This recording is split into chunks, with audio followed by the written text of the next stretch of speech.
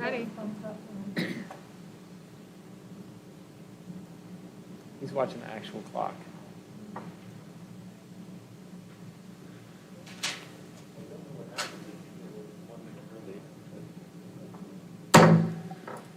I call to order this special meeting of the Governing Board on March 2nd, 2021. The time is 5 p.m.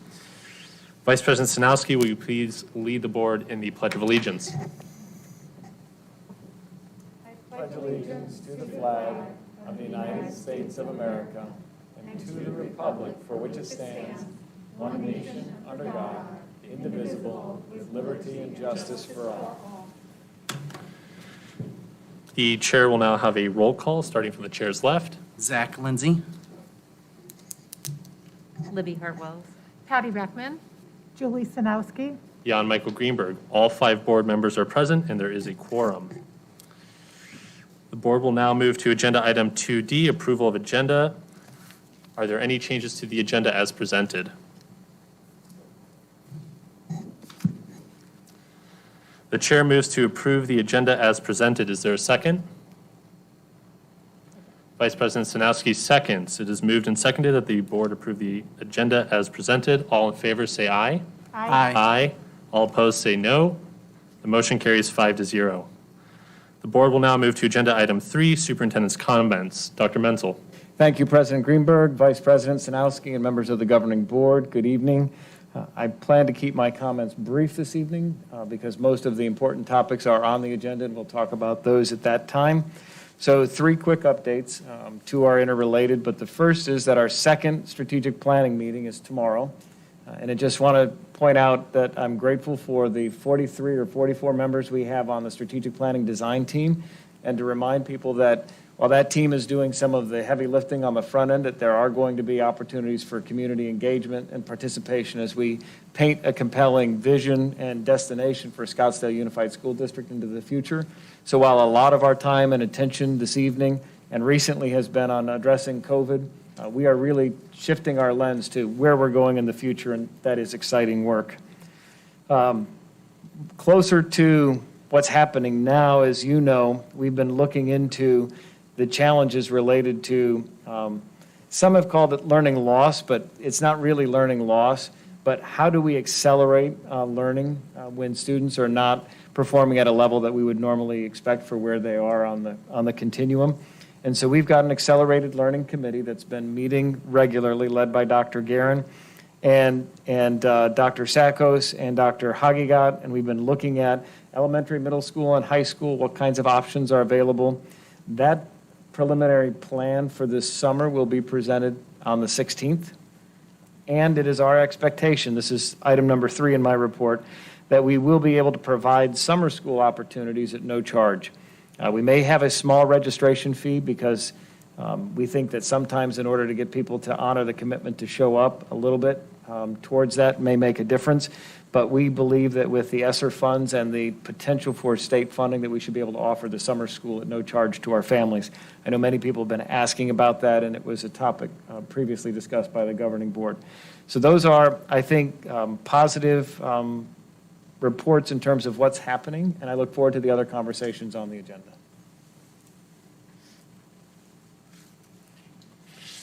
Thank you.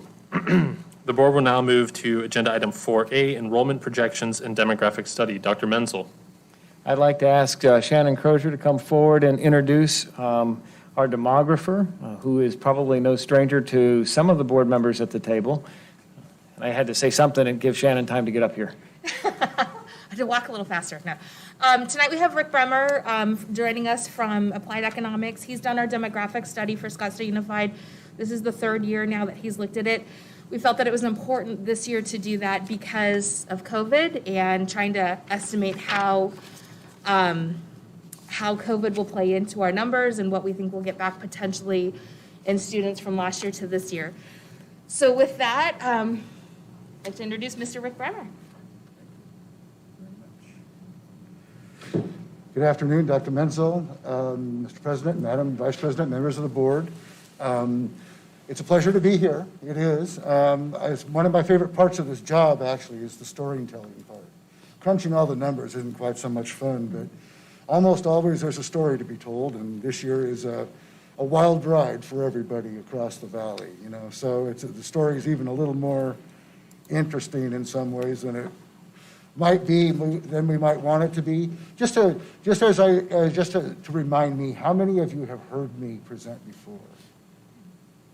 Okay, good. So I'm going to go through just a little bit of what might be repetitive to some others, okay?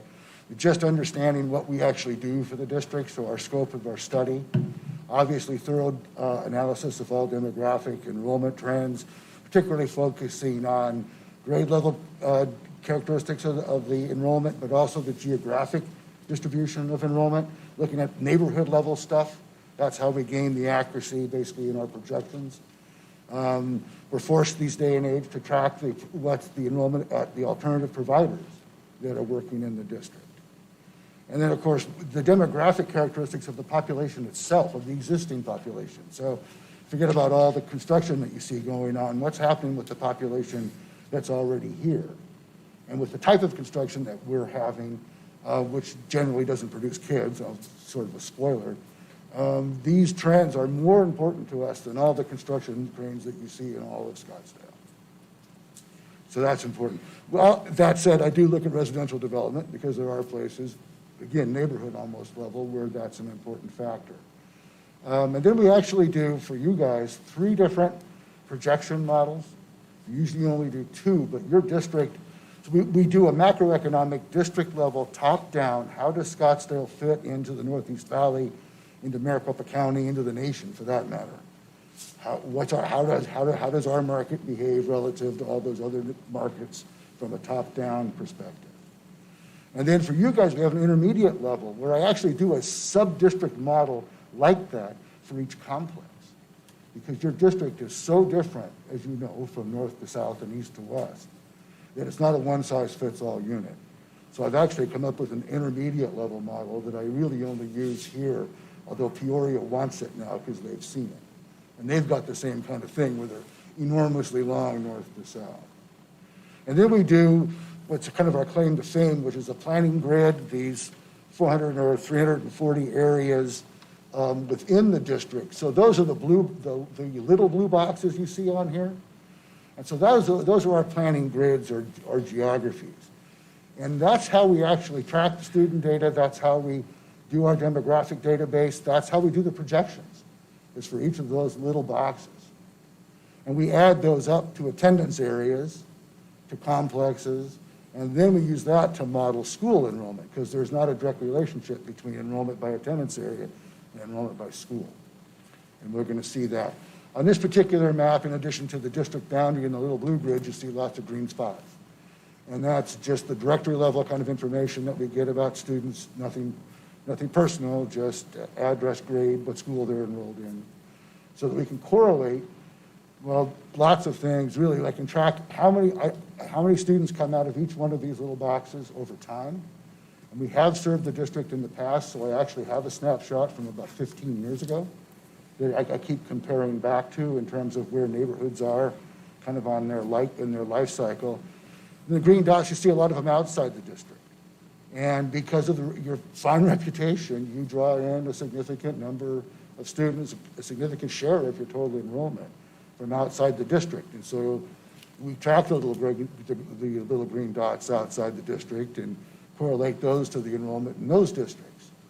So it gets to be a pretty complicated data model in the end, but I think it's important to understand that it all works from the bottom up, really the hard numbers. The macroeconomic models just keep us in sync with the rest of the world. So starting basically over at the top, I look at 40th day headcount enrollment, which is different than the ADM numbers they use for budgeting, but it's the closest tie to demographic estimates. And it's also usually the peak of the year. If you go after 40th day, high school enrollment will tend to decline in most years. So we want to catch kind of the peak for our purposes. So as you can see, enrollment peaked back in 2000, 2001, and has declined by about 5,800 students since then, including the decline, of 800 this year, which is obviously unprecedented. Other than the budgets problems and everything that kind of went sideways for the district in 2014-15 really haven't experienced a decline like this for a very long time. So we know it's not typical. You lose 5,000 students in 20 years and lose 800 in 1 year, it's way out of whack. We also know, though, that if you just focus on the period since 2010, because if you look at the graph, that's really where the downward slide begins. It's more or less just steady or slightly, down, and then it really begins to slide. And since then, what's happened is basically charter schools. And so since 2010, charter school enrollment in the district or across the street, that's as far as I'll go, just has increased by 6,300 students, while the district enrollment has gone down by 4,500. So all said and done, in the last decade, we've actually somehow gained 1,800 students out there. And you'll see in the demographics that their school-age population isn't growing much, but it's not declining much either. There's a core school-age population in your community. What is changing, of course, is the pattern of who goes. I mentioned, in this case, the blue bar is the in-district students year to year, and the green bars are the out-of-district students. And as you can see, since again 2010, that 4,500 net loss actually covers up the fact that in-district enrollment went down by 5,300 and out-of-district enrollment went up by almost 800. And again, that's just a testament to the quality of your schools. I suspect the only reason, and we'll see this in the high school numbers later, the only reason it didn't go up again this year was that there was an effort to curtail the number of out-of-district students attending Arcadia High School. And it's very, very obvious that shows up in the numbers. In addition to looking at, obviously the total enrollment, we look at, first of all, the distribution by grade level. And for this, I use the average enrollment by grade, per grade, in these cohorts. And this pattern that we see where now we're in a period of being a mature district where the high school on a per grade basis in an affluent area especially is the largest. And this is unusual. You can see though, even looking back at 1990, 2000, it wasn't. And if you look back before that, just a few years, it was the smallest. So when a neighborhood really starts to mature, and the growth really starts to slow down, that's when that separation happens. You see that aging in place. And given the characteristics of our population here, it's probably going to continue to look like that for the foreseeable future, where there's a gap like that. Sometimes the gap can close over time, but you're a move-up housing market, so people come in with older kids. They don't have to be in the system here because they're in the system here. So we did take a pretty good beating across the board at the K-8 level and even at the high school level.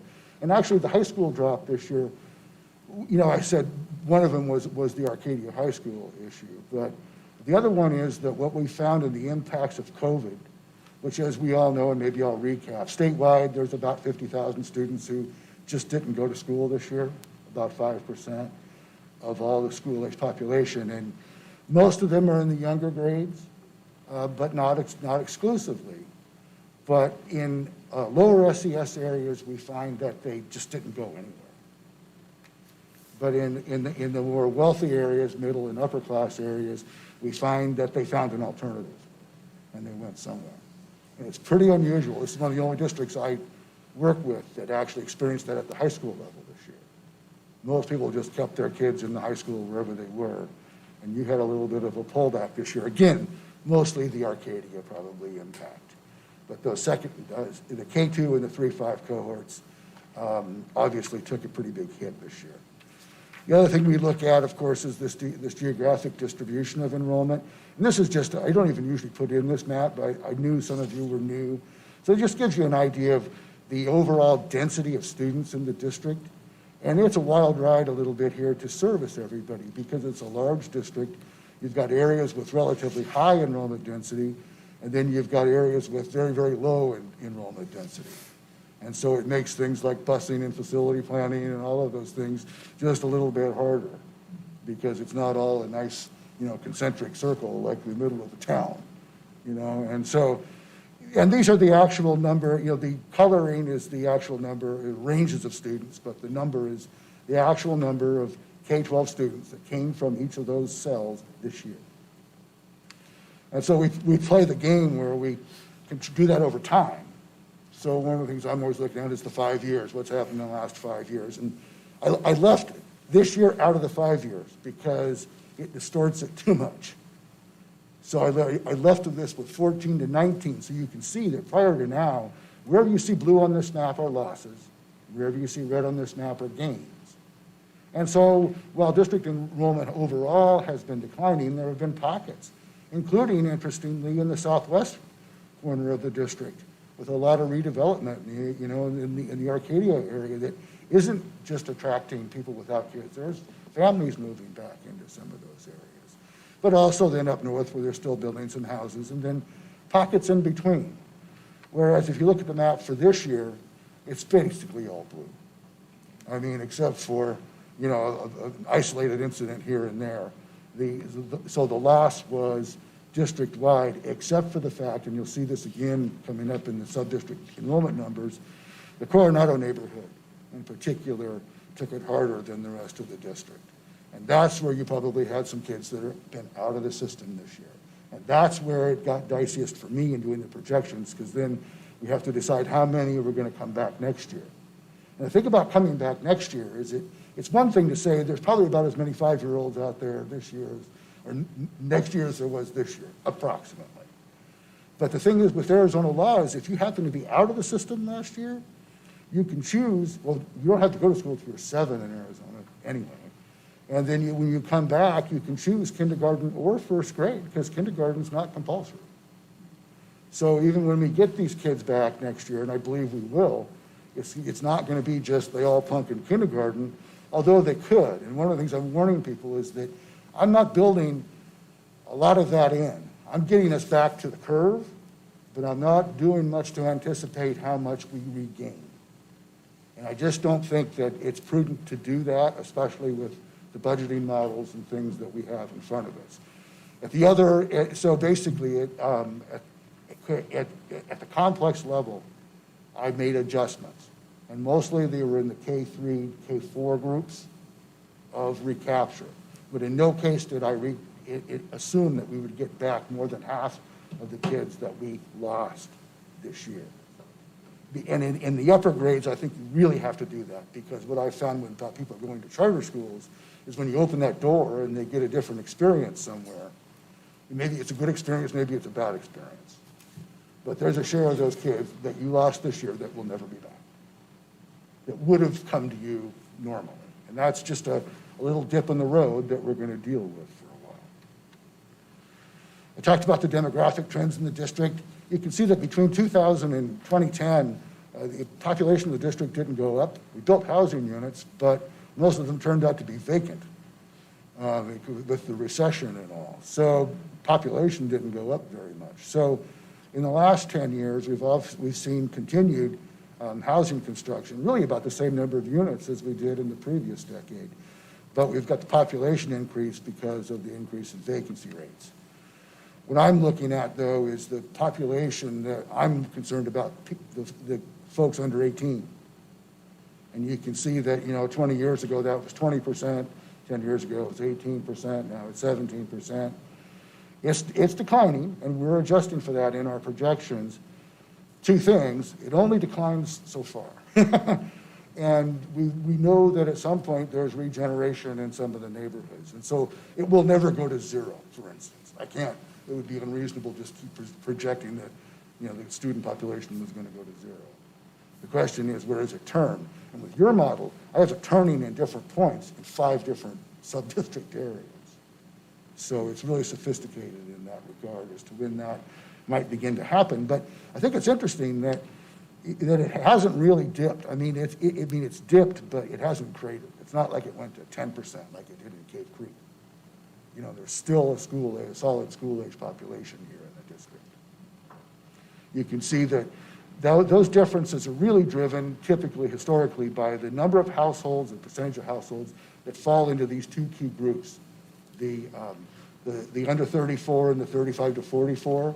particularly drive the elementary enrollment numbers, not so much, at the high school level. But if you want to look ahead and see what's coming down the pike, it's still getting smaller, but notice, just in the last 10 years, it didn't fall very much. It fell a lot between 2000 and 2010. And that's where I'm starting to see that stabilization, where I don't think enrollment will decline forever. And because of the capture rate business, how many kids you have versus how many you serve, enrollment projections could actually, for you guys, be up or down, depending on the choices that people decide to make. I'm fairly conservative in what I think those choices are going to be, but there's potential for both ways with the population we have right now. One of the things that's driving everybody across the state and across the nation is the cratering of birth rates. And we had this tremendous dip during the recession itself, 19%. There was no population growth to speak of, so the actual number of births, people filling the pipeline to be kindergartners 5 years from now, went down by 17% during the recession. I lagged that. See where it says kindergarten at the bottom? So what year is that finally affects kindergarten? So we had that initial hit that carried us through about 2016, 17. And then for 3 or 4 years, we had a plateauing of the birth rates during the recovery. And every time in U.S. history, except this one, when there's been an economic recovery, the birth rate goes back up. And the response this time has been the birth rate has gone down by another 16.5%. The number of births down by almost 12%. And that's adjusting for the population growth that we've had during that period, see. So even adjusting for the population growth of the whole metro, actually for the whole state, the pipeline is still getting smaller. And one of the things that'll be, for areas like yours where you don't have tremendous amount of entry-level housing to begin with, that could be a problem. And we know now that that's going to be with us until at least 2025.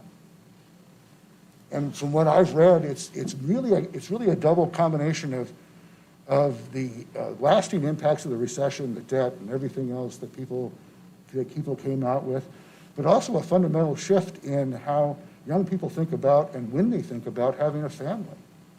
And so it really just literally, in a generation, it went from 25 to 35, which meant we lost a half a generation's worth of kid production in that process. And to me, I know I'm going to go on, but to me, that's fascinating, the way that's playing out. And it's important. We talked about the charter schools operating in the district, how they've gone up by 6,300 students. Originally, they were heavily weighted towards the high school end. In fact, the entire idea for charter schools was to help at-risk high school students originally. And so you see very little enrollment in the early grades, and now it's flipped, where you have actually bigger enrollment in the K-8 grades than you do in the 9-12. And partially that is just the fact that it's very, very difficult to replicate a full-service high school with a band and a choir and a drama. I mean, it's very difficult. So they haven't actually made as big of inroads ultimately in high school as they have in the K-8 group. And on top of that, of course, you've got about 4,500, 4,400 or so kiddos in private schools in the district. Most of which had space available, by the way, this fall. Charters, not so much. If you weren't already in a charter school in the fall, you didn't get in. But if you were able to pay your way into a private school, you had an alternative. In terms of construction activity development, the little green dots on this map are the building permits that were issued basically in the last year, actually during the 1920 school year. And the most interesting thing about it is that there's no concentration. It's gotten to be almost 100% infill in redevelopment projects. Really no large active projects. I mean, there's some building still going on in DC Ranch, but it doesn't add up to, enough to make any difference in enrollment whatsoever.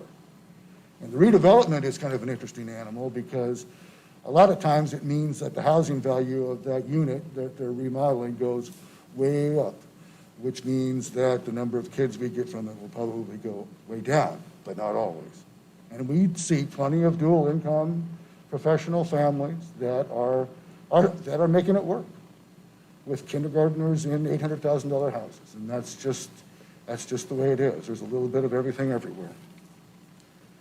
In terms of the potential, it's interesting because we have a database from the county assessor where we can identify every piece of vacant land in the district pretty much instantaneously, and then see how it's zoned. And so when we're assessing the potential, we're not only looking at large-scale land holdings, but we're also looking at infill parcels. And so out of the 19,000 housing units I think are still possible to be built in the district, about 10,000 of those are scattered here and there and everywhere, which is why the map before this looks like it does. And the real remaining, potential for, larger scale development is all in state land parcels. And so there are restrictions there, there's timing, it makes timing very difficult to assess. Doesn't mean it won't ever happen, but I guess the bottom line is, the type of development that you're having, and a lot of apartments that don't basically generate kids, and then a lot of infill scattered development that may generate a few kids, but not enough to change anything, not enough to change the picture. So we continue to have this, where the housing units go up, and the number of households, which is just an occupied housing unit, continues to go up. And in fact, in the last 10 years, our school-age population has been, on a grand scale, unchanged. And basically what it tells me is that we still have that core out there, we still have a core of families out there, but everything that's come in really since has been non-family. And so we look at the relationship between the school-age population and enrollment because we know we're working in a competitive environment. And so the blue bars here are your K12 enrollment, and the green ones are the school-age population of the district. And the purple bar shows you what share of your own kids you're servicing. The popular term around the state these days is capture rate. So ultimately, your capture rate of your in-district population is sitting around 55%. Now, there's an exchange of students between every single district I work at. So I also look at the net. What's that net ratio? So I bring in those kids from outside and then compare that to my school-age population, then I'm closer to 70%.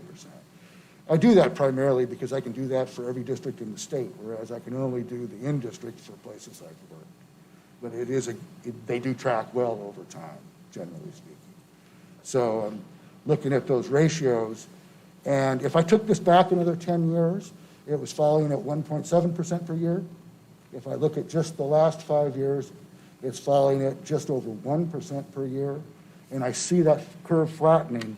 So I'm going to only have it falling 0.6% per year in the projection period. So I've actually, basically stabilized that trend in the capture rate just a little bit because I believe that's actually what's happening. That's what the data is telling me. That curve is starting to flatten out, and we see the number of charter schools opening in established areas falling like crazy.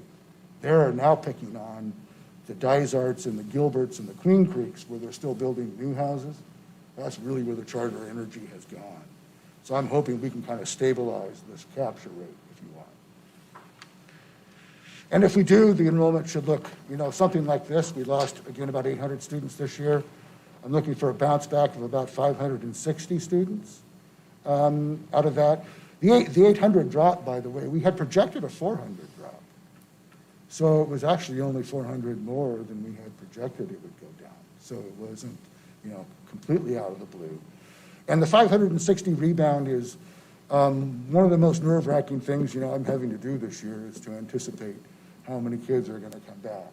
And the reason why I'm making a big deal out of that is not to make myself sound like I don't know what I'm doing, but to make it say that I honestly believe this is going to be the enrollment number next year. But if I was sitting in Shannon's chair and I had to deal with current year financing and making a budget, I would probably pull back from these numbers because we really don't know how much we're going to get. And a lot of districts I'm working for are budgeting this year over again. And anything they get will be on the upside. Just saying. We do projections by those grids. I have projection tables that are by school and by attendance area, which are very detailed and don't make good presentation topics. So I've just aggregated it up by the K12 enrollment projections by the communities. And you can see Arcadia this year down a little bit, kind of as expected, and unless that policy changes, that's probably about the level it will stay at. Otherwise, it's a stable neighborhood. Still seeing declines in the Desert Mountain area and unfortunately in the Coronado area. Desert Mountain, because of the aging of the original population that all moved in there about the same time, which wasn't very big to begin with, and it's just declined. And then a lot of stabilization. You know, in my first projection, I predicted that Saguaro was going to stabilize, and it has. Basically, there's been no further decline. The enrollment numbers this year at Saguaro High School are way up. That helped, you know, carry that complex along this year. But again, nothing particularly earth-shattering. You just want to watch Desert Mountain because it's so small already and it gets smaller. And then with Coronado, it really becomes an issue, not so much with the elementary schools, but I think this puts the 2029 projection for the high school down to around 700, which is probably something that you might want to think about ways to address, because it's just an awfully small number of students in a full-service high school. It makes it awfully hard to offer, you know, to offer the kind of program that you want to offer. I'm not telling you what to do about it. I'm just saying it's something we need to keep our eyes on. So what did I learn? The projections for next year are much more uncertain than what I normally do. My one-year projections are always within 1%, almost always within 1%. And I wouldn't, you know, expect, I mean, I hope for that, but kind of all bets are off this year to some extent. We think the K12 enrollment will decline over the next 10 years, but probably not by a lot. And any change that is going to come from a change in that capture rate. All the things we're building right now don't really matter a bit. It's serving our students, even maybe serving some of our students that we're not serving now. I guess that's everyone's goal. So I keep saying that, but it's a positive thing, really. You've got 45% of the kids out there in your community that aren't coming to your schools. So if you can manage to get 10% of those back, that's 5% of the total. So it really gives you some, you know, kind of some motivation out there, I think. Like I said, we're not anticipating any large-scale increases in school-age population, but like I said, certain areas I see stabilizing and beginning to regenerate, including the Saguaro area. Construction is going to be steady, but it's going to be multifamily, and most of it, at least, isn't going to generate any kids to speak of. And like I said before, we're watching those continued slides in the Coronado, Desert Mountain areas. But otherwise, the other areas right now seem to be very stable. So with that, I would take any questions. Are there any board member questions or comments? Board Member Beckman? Thank you for this presentation. I appreciate it. I appreciated it last year and a couple of years before as well. First of all, I also appreciate you spending some time on that recapture. We had a big talk about that last time you presented because I didn't feel that like there was enough emphasis. This is definitely a more optimistic presentation than we've had in the past. There wasn't enough discussion around the fact that we do have the opportunity to recapture students, and this is just basically formula-driven, which I appreciate. A couple of slides that are not in here that we had in the past that I found extremely valuable. Mm-hmm. I'm curious why, or if we can get them. Which one that is really valuable is that migration slide that you used to have that talked about the students from the individual learning communities and what other schools they chose to go to. In the district? And I brought it for you. Okay, because what that does for us, especially as board members, is it shows us why, or it shows us the pattern. Right. For instance, if the Coronado complex of kids are coming north, we can then identify where it's happening the most and really focus on those areas to figure out how we can boost them up and actually recapture and retain some of those families. So that was really valuable to me. Another question I Oh, have. And just, I'm sorry to interrupt, but it will be in the written report. Okay. It's just one of those things where there's so many numbers, I kind of hate to throw it up in front of everybody in Okay. a presentation. But It's I a will really, definitely- really valuable thing to see, though. Yeah. It's like why kids are moving from, or families are choosing one learning community over the other. It really shows us a picture of what's going on. No, I agree, and I did bring it for you. Okay.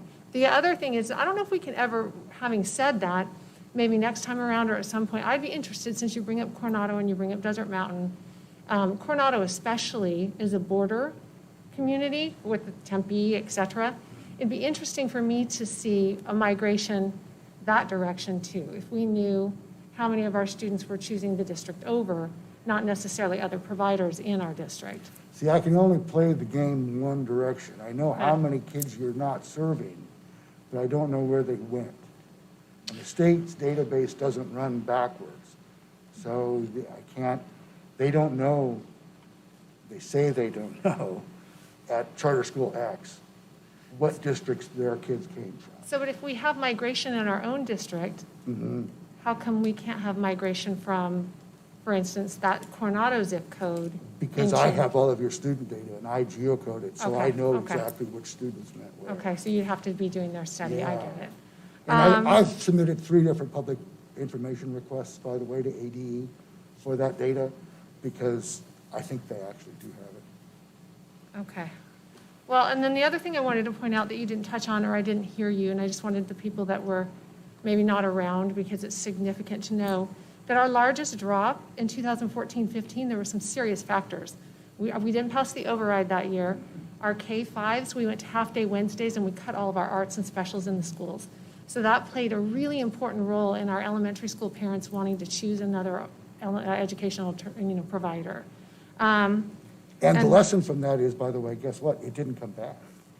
I mean, it didn't, they never really recovered from that. I mean, it did a little bit, but it was like when Deer Valley cut full-day K. They immediately lost 400 students, and they never got those students back. It was a permanent loss that just kept taking and taking. It was a pretty big hiccup, I do recall. And the other thing is, right about that time, too, we moved our 6th grade class from it was K6, and then we moved that to the middle school to be 6 through 8. So anyone that's kind of looking at these numbers, I thought we should put that in perspective as far as the projections go. And that's all. Thank you. Absolutely. Are there any further board member questions or comments? Well, I appreciate Board Member Beckman's clarification of those points, because a lot of our money does come from voter-approved maintenance and operation overrides and bonds, and when those are not approved, we do have to make some very difficult choices. So thankfully, we passed the most recent one, thanks to the voters, and we've been able to maintain those programs and, in fact, expand on some of them. And just to highlight again, going over the points for us to consider. One, we do have now a marketing committee that's been formed by the superintendent. And I believe that, do you know when your first meeting is? Actually coming up after spring break now, I think. The first meeting is coming up after spring break, so that should be a very important committee. This is something that Board Member Beckman and I have worked on for a long time, trying to really hone in on advertising in our district and improve that, and I believe that that is a value shared by our administration and the rest of the board, because we do have some very amazing programs here, and I do think that we can recapture a good number of students. As for the factors that we are facing, I can certainly agree that debt, and student debt specifically, is a well-cited factor for affecting birth rates and families.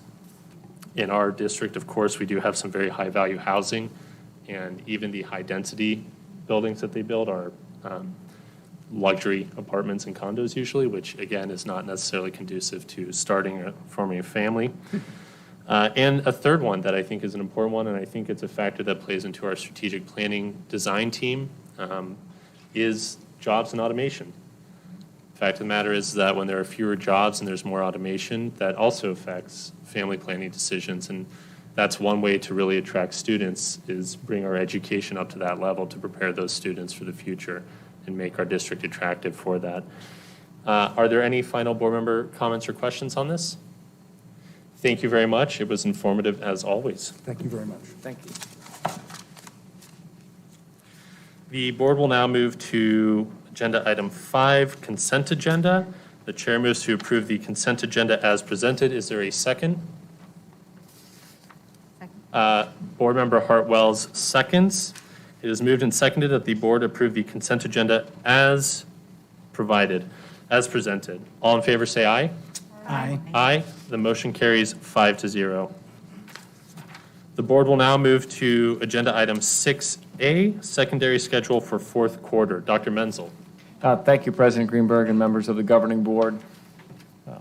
As you know, this year has been anything but typical as we've navigated the challenges of COVID, and we've had numerous presentations of different learning models and approaches as we've gone through the course of the year. And as we approach the fourth quarter, we talked about at our last meeting questions that the governing board would like to have answered as we consider what our next steps should be, particularly with respect to our traditional middle schools and our high schools, which have been operating on a 2/3 day schedule for most of this year, starting in mid-October, with a couple of exceptions. So just a quick reminder in terms of where we are. We are 85 calendar days away from the end of this current school year. And after spring break, we have 52 days of instruction remaining. So tonight, we will be covering the bullets listed here based on the requested items for consideration that the governing board gave us at our last meeting. And the first of those will be the Maricopa County Department of Public Health guidance. And at our last meeting, I mentioned that they were working on revising their guidelines. We have subsequently received those and sent those out. They didn't change in any material sense from what I shared at that time. I'll reiterate a couple of sentences here that I think are important. Schools who have successfully implemented mitigation strategies with hybrid learning scenarios without evidence of sustained COVID-19 spread can continue to operate using their current strategies, as long as this includes wearing masks at all times, maintaining physical distancing of 6 feet or more to the greatest extent possible, and careful surveillance for COVID-19 cases and outbreaks on a school-by-school level. Earlier today, I had an opportunity to talk with Dr. Sonnenschein, again to touch base to see if anything had changed or shifted in their guidance. And there are a couple of things that I think are important to note, and I also had an opportunity to share with her what I was bringing forward as a recommendation for governing board consideration this evening. The first thing is that she still remains very concerned about athletics. As you know, it's probably our greatest area of exposure. Even with the mask, we've continued to see that there have been some challenges there, and so she did note that athletics becomes the area of concern.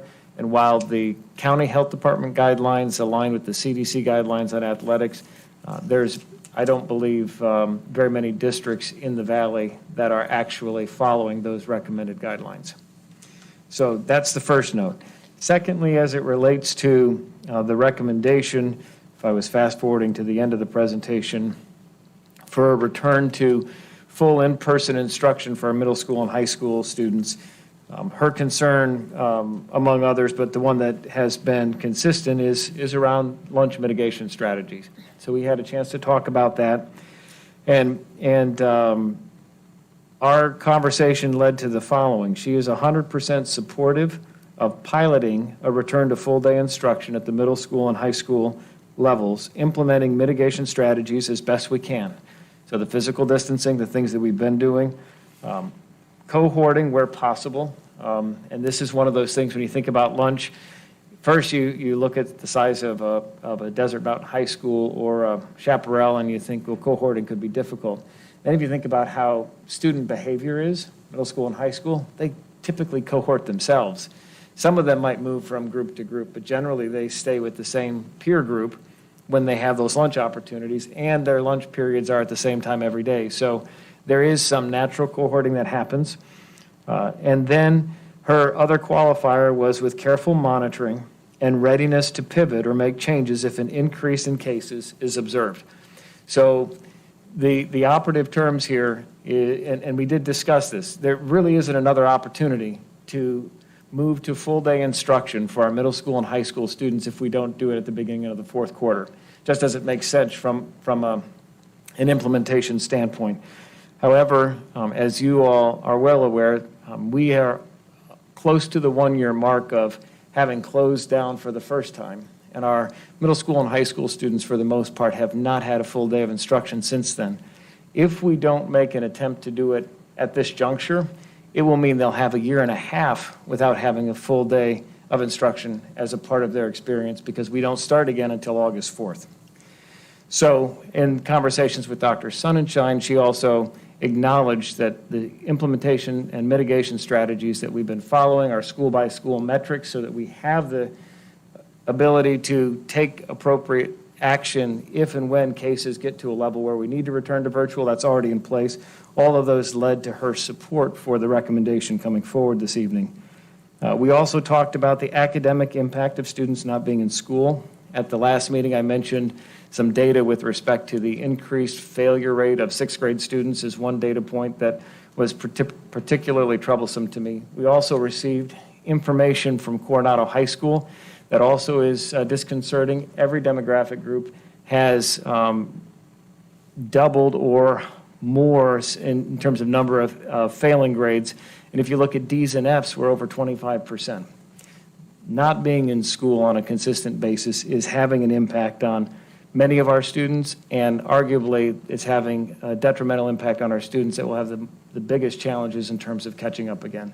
So that comes into play in terms of those considerations, and she did admit that that's a part of what they're seeing in the national data as well. Fourthly, we talked about the impact of COVID on young people, and from a public health perspective, young people in terms of the symptoms are either zero or very mild by and large. The concern has really been for the adults, and those at most risk for severe illness have comorbidities. So when you look at that data, part of the concern that the public health department has had over time is not so much the kids getting COVID, but it's who they bring it back to. And so when you look at that, there are a couple of things that come into play here. One, maintaining and ensuring that online learning opportunities are available for those families that need to ensure that extra level of protection. And she pointed out, and I think this is important as well, that the county and the state prioritized teacher vaccinations so that we could provide in-person learning opportunities for students. So the combination of students not getting as sick if they get COVID, coupled with the fact that teachers are vaccinated, leads to part of the support for the proposal to return to full day. Two other data points, not so much connected to the recommendation tonight, but important for the community and the board to understand. We've seen a precipitous drop in the number of COVID cases since the spike in January. You know, if you look at the epi chart, you've seen that drop.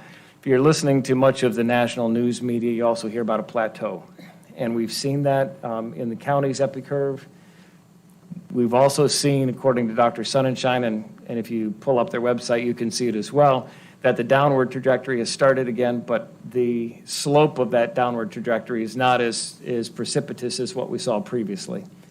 At this point in time, it's a good data trend, but we don't know where the leveling off number is. And again, that's just a reminder, we can't let down our guard related to mitigation strategies, from mask wearing to hand washing to physical distancing to all the other things that have contributed to seeing the rate go down. The number of vaccines that are going into people's arms, that's also helping in terms of some of the concerns. But we're going to have a new dashboard starting this Thursday. So we will be shifting from our red, yellow, green, 3 benchmark metrics to really looking at those first 2%, positivity and cases per 100,000. And you'll see a blue, yellow, orange, and red. So we'll have to work to get people used to what those different criteria mean, but the health department in Maricopa County is aligning with the new color code scheme from the Center for Disease Control. The last bullet point on this slide before moving on is careful surveillance of COVID-19 cases and outbreaks on a school-by-school basis. And I just want to give a shout out, she's going to speak here in just a minute, to Whitney Jennings for her work in partnering with our school nurses, who I'd also like to give a shout out to collect this data and report it. We've been doing this for not only our staff, but also for our students, and we can begin to see some trends early on as we look at this data reporting. One of the things that stood out to me in a report that we got yesterday is in one of our high schools, there were 7 students that didn't come to school that had COVID-like symptoms. That was the coding. To me, that is a really good indicator. I don't like the fact that 7 students had COVID-like symptoms, but I'm really pleased because there's another column on our report that says students sent home with COVID-like symptoms. So those 7 who stayed home didn't expose anyone else if they potentially had COVID. So the more our families are honoring our request, if you're sick, don't come to school, the greater the likelihood that we can continue to offer in-person learning options. So with that, I would like to invite Whitney to come and talk about surveillance options. This was one of the things in the county's recommendations where they said they didn't recommend it. And then they had a section that said, if you do it, here are some things you should consider.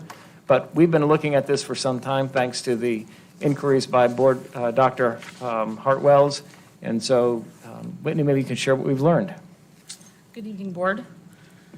So, give you just a brief overview. The CDC, of course, over the past year has created some multi-layered mitigation strategies, among them, of course, wearing masks and social distancing. And then sort of a second tier under that is surveillance testing. Part of that surveillance testing, there's a couple different versions. There's pooled testing. So that's where you have basically a single tube. You would collect up to 25 samples, put them in the tube together. They would then be able to test all of those samples with what would cost an individual test each time. So you're really reducing the cost of testing, but getting more information. And then the second approach would be just a random weekly testing. You'd bring in a company who would individually test, a math class, in each grade level or whatnot, and then they would get their individual testings back. So sort of the difference here is when you do a pooled testing approach, you are, in essence, you got to find cohorts among your students. So in elementary school, of course, it's a lot easier. Those schools, you have second graders, and they're doing a really good job of keeping them with either just their second grade class or just the second grade in that school. When you get to middle school and high school, it's a little more difficult because they do change classes frequently. So even if you selected a math class, all of those students would then go into another social studies class, and then you'd have another separate group of students. So as I looked through the different companies, and I did weed through about 10 different organizations that offer either pooled testing or mobile testing on site, and they can be there, anywhere from 24 hours to 2 weeks. What we found is that pooled testing in and of itself is quite costly if you want to get a large enough sample to actually get enough data to get your asymptomatic students, which is what you're trying to catch with this pooled testing. Your symptomatic students, of course, if they're on campus, we're sending them home or asking that they stay home, and then asking them to be tested on their own. With the pooled testing, just the companies that we sort of whittled down to, it's $150 for a tube. You can get up to 25 students in that single tube. And then I did run some numbers, just both the county and other health organizations across the country recommend at minimum a 10% of your student population be tested through this pool testing to actually get, a good sum of people to make a decision. So if you did that for each campus based on just in-person students right now, and that doesn't include the ones that are EDL that could come back after spring break. So 10% at the cost of $150 per tube based on the 10%, and I did 9 weeks because that's about where we'd run between spring break and the end of the year, it'd be about $50,000. That's just the 10%. That doesn't include, like I said, 10% is the minimum. They really do actually recommend up to 50. Some places, if you can afford it, they want to do the whole school, because when you get a pooled result back, you have no idea who in that classroom is carrying the virus. So once that occurs, you then have to go, okay, quarantine that whole class, have them all individually tested, determine who's carrying it, and then you may have to quarantine additional students on top of that. So you do create a lot of, what's it called? Disruption. disruption, yes, in the classroom. You may be quarantining students who don't need to be quarantined. And so, and what I've seen, your other option through these companies actually is they do offer a mobile unit testing where currently we have the Embry down on Oak campus that is available for those students who, maybe somebody who's symptomatic. This mobile unit can be sent out to any campus. They can stay there for a couple hours, the whole day. And if, maybe you have parents who would be willing to test their students, on a regular basis once a week, they can go out there. It's covered by insurance, or if you're uninsured, they do bill the federal government. And then it would give you more of an opportunity to, you don't have to worry about consent forms from your parents, because anybody under the age of 18 is going to have to sign a consent form. If you did cohort, maybe with the high schools, you did the sample testing with the sports. If you say you picked the baseball team, but you have 3 or 4 parents who don't want to do it, you've already messed up your sample, because then, you've got these 4 or 5 students who don't want to, partake in the testing. So basically, what I've determined through all the data that I've weeded through is the pool testing is an expensive option. It can be done if you have unlimited resources.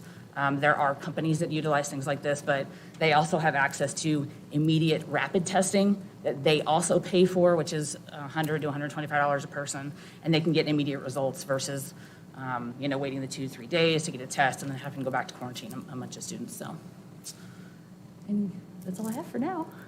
Do you want to do questions on this slide or wait until the end? Are we able to wait till the end, Board Member Hartwells, or would you like to I'd ask like your to respond to Okay, something that was Board said. Member Hartwells. Not a question, I'll just comment because it's worth saying. So public health is about prevention, and surveillance is a critical component of prevention. So this is actually a very important component to containing infectious disease outbreaks.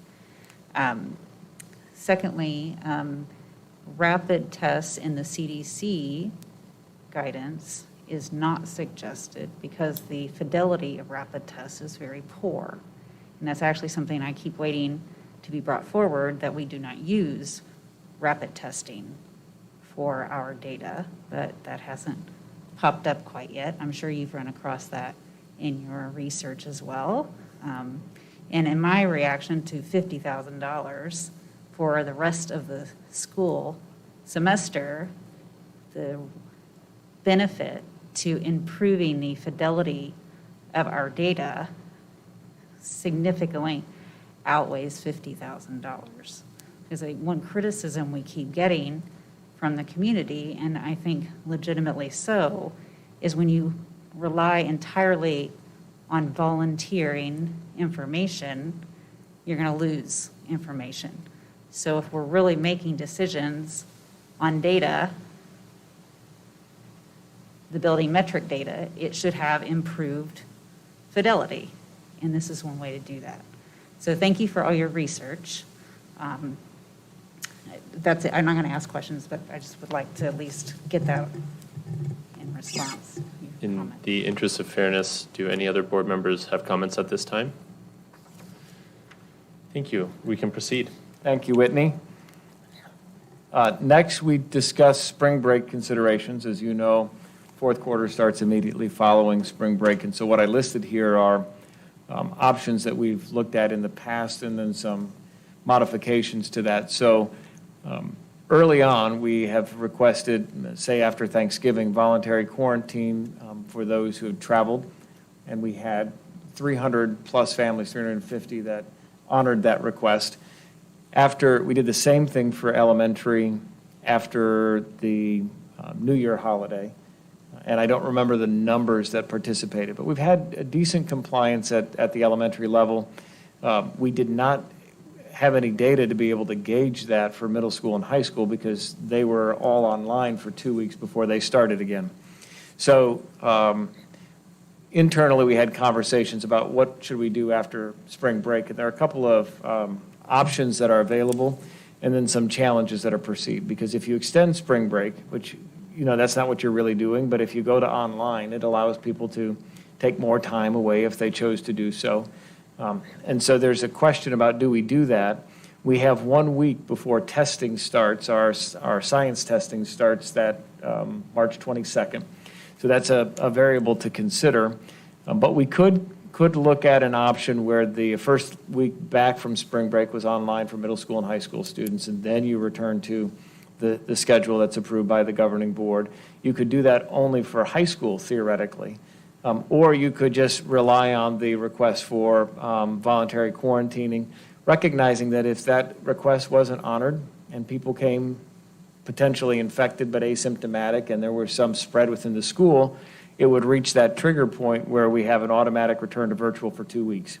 So the downside, the disadvantage, if you will, is that for people who want in-person learning, if you come to school and don't voluntarily quarantine, you run the risk of having a whole building go down to virtual for that entire 2 weeks as pursuant to our building-by-building protocol. So I think those are some of the options that are available to us. Our recommendation is to follow the first bullet, but we recognize that there are cases that can be made for either of the other two options that are listed. We were also asked to talk about what's happening in the rest of the valley. I've identified 4 districts here. There are many more that have been open, but if you think about East Valley, we chose those that have been open since, Paradise Valley just reopened. But the other 3 have been open for a significant period of time. As you know, I had a conversation with Dr. Forlis at Mesa, and she's visited all of their high schools, looked at what's happening at lunch. A couple of things that she pointed out is outside of the lunch line where you're getting your food, they can't guarantee 6 feet of separation. They do have an expectation that if you are eating, you can be unmasked, but if you're sitting around not eating, everybody's masked. And so that's part of what happens in the cafeteria is that if you're done eating, your mask goes back on. Dr. Forlis said they have not seen evidence of any kind of spike or spread of COVID as a result of having lunch. And she just talked about the process of moving the kids through. You don't spend a lot of time. She's the one who surfaced the idea of natural cohorting because the kids are hanging out with their same friend groups on a regular basis. So that's Mesa. Paradise Valley just returned. Dr. Guerin, I don't know if you want to speak to what you know from what's happening in Paradise Valley. Sure. Well, I'm a parent in Paradise Valley, and my high school student just returned. And they're doing a lot of eating outside. And then inside the cafeteria, they have certain chairs or sections taped off to create some distance at each table. And they're really working on mask compliance at lunch. So if a student isn't actively eating, they have to have their mask on. So they're having increased supervision in that area. And I believe only about 50% of high school students have returned in person. The rest seem to be virtual after 1 week back. Thank you, Dr. Guerin. In Peoria, it's a very similar narrative to what we heard in Mesa. Again, no one that I've found has been able to maintain 6 feet of separation at lunch, and so they do the best they can with social distancing and managing students in that environment. Deer Valley, when I spoke to the superintendent, it was a similar story. I don't know if, Dr. Sakos, you were able to reach the assistant sup or not? I was not able to reach the assistant sup, but have heard from our principals who have colleagues that work there, and it's the same narrative as the other schools. Thank you. So the long story short is that lunch mitigation strategies, the 6 feet of separation is really challenging. Use of indoor and outdoor opportunities for eating is an important part of the strategy, as well as the number of periods of lunch that you can have, so you don't have as many students at the same time. And we'll talk about what that might look like here in just a minute. As you know, starting last week, we had a pilot project at Mountainside Middle School, and so Dr. Sakos will walk through some of the early information that we have in terms of leading into that pilot project and what we've learned so far. All right, thank you, Dr. Menzel, board president, members of the board. In terms of Mountainside, they have been back at school for 1 full week and 2 days. So I was able to debrief with Principal Luke on how it is going. And I've also had a chance to go and visit as well and visit with some of the kids. So part of gearing up to return to school, they filmed a how-to video, which often is done when there's a mass message to get out. They stream it into one of their periods to teach those behavioral expectations. Principal Luke, on 3 different days, also practiced with the students, 6th grade, 7th grade, 8th grade, all on different days, after they watched the video, what that would look like. A lot of communication with teachers and parents, that communication and collaboration. Collaboration with facilities, they actually painted paws, they are the Cougars, on the areas, concrete blocks, on the benches, all across campus where they could, where kids can sit. So no paw, no seat, but you paw, you have a place to sit. Other campuses have done that with dots or tape or other types of things, but they really went all out. And when talking to the counselor today, she did remind me that she is on paw patrol every day. So, and that's what they do. And they were able to provide extra supplies as needed, extra supplies and furniture. All right. So from the first week, we learned that 1 student moved from EDL to in-person. They had no office discipline referrals for mask non-compliance.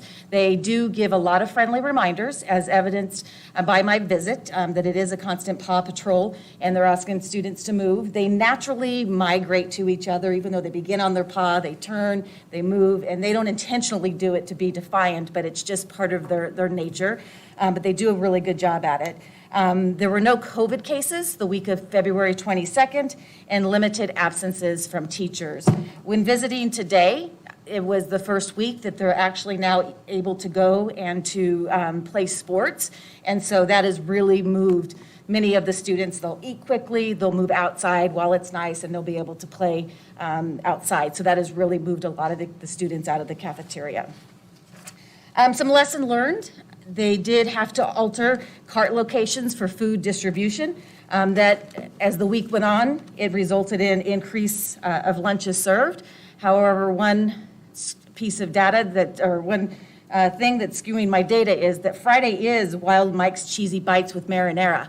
And the kids say that is their favorite, and they did run out last week. So again, the kids really will tell you what they like and what they don't like.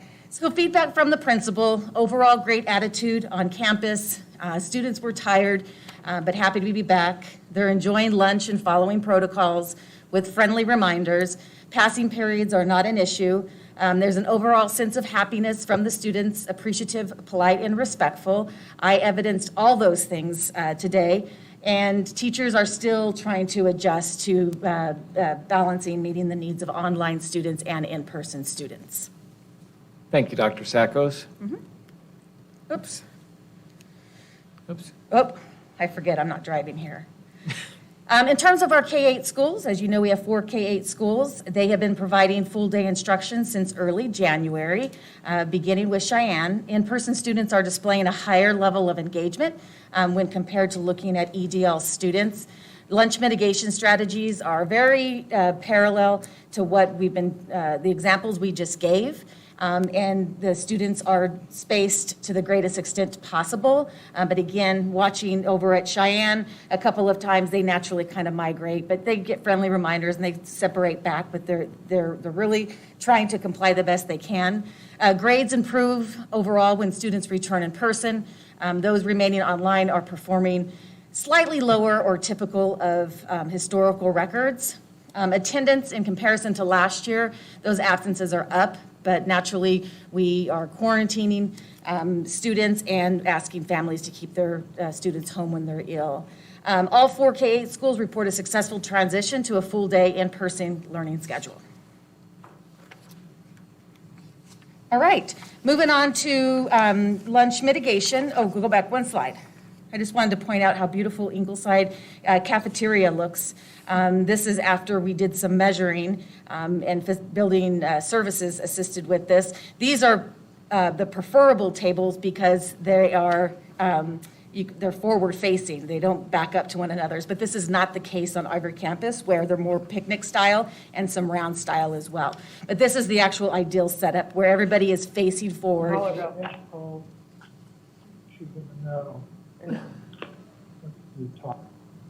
Okay, now we can go to the next slide.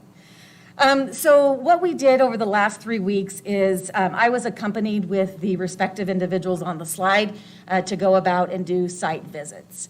And what we did is we did an assessment of indoor space and identification of additional furniture, tables and chairs that might be needed. So in the case of that first picture there, that was Ingleside. We reconfigured the cafeteria and the rows to be able to allow for maximum social distancing. And where they have already marked benches, because that is where the afternoon students are there for safe place for learning. So they actually have had students in there, but not to the mass quantity as you would for lunch. We also identified outdoor locations to maximize space for students as well. And the weather's nice now, so that's been great. And then we also identified lunch distribution locations, that grab and go that I talked about with Mountainside. And also just trying to decrease crowded lunch lines. So that is one area where you really can't control kids lining up. And then we also identified mask zones for students who choose not to eat during lunch or desire an alternative location. And then naturally, upon parent request, if there are students with a chronic illness or prefer to be at a table where we can guarantee that 6 feet, then parents can work with the school principal. Our K-8s and our Mountainside Middle School have not had any requests to do so. Actually, one school had one request, but then the student chose not to take the accommodation. Next slide. So some key points to remember is identification of lunch locations was determined based on adequate adult supervision. While there is a lot of space in our schools, a lot of square footage, we just can't put kids everywhere because there's not enough adults to monitor them. So we really had to prioritize those areas with supervision. Consideration of splitting lunches without altering academic minutes. So in middle schools, all middle schools already have multiple lunches. All with the exception of Ingleside, they have 3 lunches. I'm sorry, Mountainside Middle School has 2 lunches and all the other schools have 3 lunches. So they have multiple lunches, thus decreasing the number of individuals. And we did look at the data from the who's in person and who's on EDL to get a feel for how many would that be during each lunch period and how many students we could seat 3 feet apart and 6 feet apart. So that is something that we've also collected over the last few weeks. For high school, currently Chaparral has 2 lunches. Arcadia and Saguaro have a plan for a second lunch if needed. And Coronado's numbers are small enough on campus with 545 in person right now to not need a second lunch. And Desert Mountain's quarter-mile stretch from the 1,000 to the 7,000 indoors, and the number of individuals they've identified for supervision would allow to maintain that one lunch. And in fact, there used to be an indoor, so they actually are in an ideal situation. While additional space has been identified for social distancing, as stated earlier, like other districts, there's no guarantee of 6 feet separation during lunch. Inclement weather, rain, heat will limit the use of that outdoor space. Not all of them have that indoor space like Desert Mountain, and outdoor spaces doesn't have the sunshades are not rainproof, although they are sunproof. And then, of course, the need for ongoing monitoring of lunch periods during to see if there's any evidence of spread during lunchtime. I just want to add a little bit more and let you know that high school, our in-person students ranges from 545 to 1,405. The 1,405 being Chaparral, which is the largest. And in our middle schools, the campus size ranges from 421. That's Mountainside. That's the smallest school with in-person, not total enrollment. And then it stretches up to 720 at Cocopa Middle School. So again, all of these different factors we considered when doing those identifying lunch mitigation. Thank you, Dr. Sackos. We also have some survey results that we wanted to share with the governing board, and we'll start with the parent survey. We sent this out and received more than 5,600 responses. Of those, 75% of the respondents were students who are attending in person, 25% EDL. We've got a balance across the schools, although the largest response groups were from Desert Mountain High School and Chaparral. And then the grade level, we've got a pretty even distribution as well. There are a couple of things about the questions that are important. We get criticism about surveys whenever we put them out, and that's not uncommon.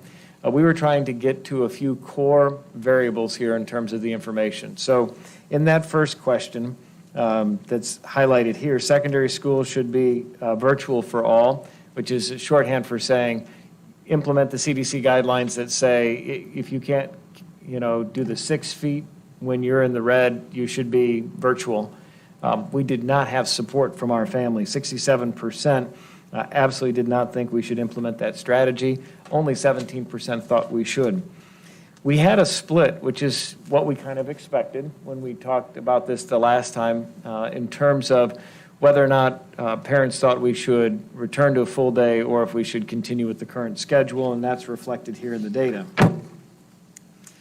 However, there's a little bit more nuance to that. When you look at the middle school results, 59% of the respondents at middle school indicated they support a full day if community spread of COVID is in the moderate range, which is different than what we'll see at the high school level. So I think it's important to identify that. The other thing that's interesting in this data is that the number of families when asked, would you switch your in-person student to EDL if the schools went to a full day, or would you send your current EDL student to school for a full day if available? Those numbers are almost trade-offs in part, so that some families think that they would move from EDL to in-person, and others would move from in-person to EDL. But the percentages of ones that were definitely likely to do that were not particularly large. Then we did, as I said, if you look at the high school level, that's where we see more support for maintaining the current 2/3 day schedule than you see at the middle school level, where there was nearly 60% wanting to return to full day.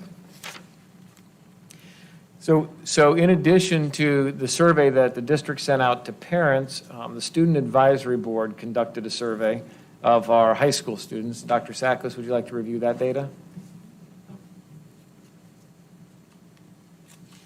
Absolutely. So like the other surveys, we had a high response rate from Chaparral and from Desert Mountain High School, as you can see in that top left pie chart. Those are our two larger campuses, so it was no surprise to see such a high response rate and kids concerned with lunch with mitigation. It was also interesting to see, we discovered in the open-ended responses that many parents replied to this as well. So it was actually a mix of some parents and student responses. You can see that juniors weighed in at the highest percentage, with seniors next on their opinions.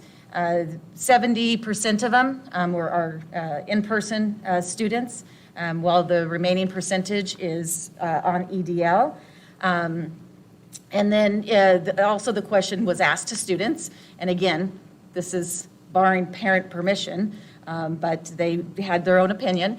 If you were to return to full schedule, would you choose to go in-person or EDL? And the almost split there with students that would return to EDL. And you can see the discrepancy between those that are currently in person and those who say they'd remain in person if we were to open up for a full school day. This is the schedule. Which schedule do you want? Of the 4,238 responses, 87.5% said to keep the schedule, and that other 12.5% said they would like to go back to a full schedule. And you can see the numbers that were at the right-hand side. So sitting down, virtually, with our president and president-elect of the Student Advisory Board, we went through a lot of responses. There was over 3,600 open-ended responses. Of that, over 4,000 response rate. And remember, this was high school only. This was only high school. This was not middle school students.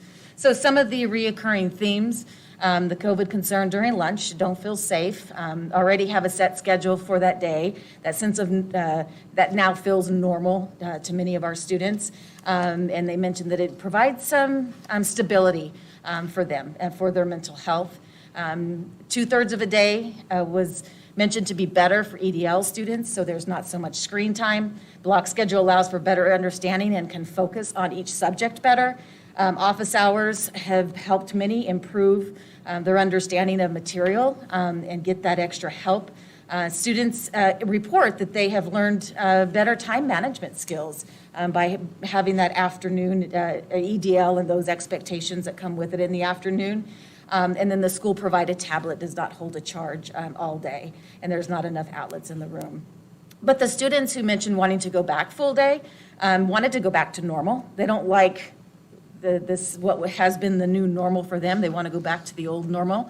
Some students say they can focus better in shorter classes. They have time to catch up in classes, increase social interaction. Specifically, they mentioned, I want to go to lunch and interact with my peers.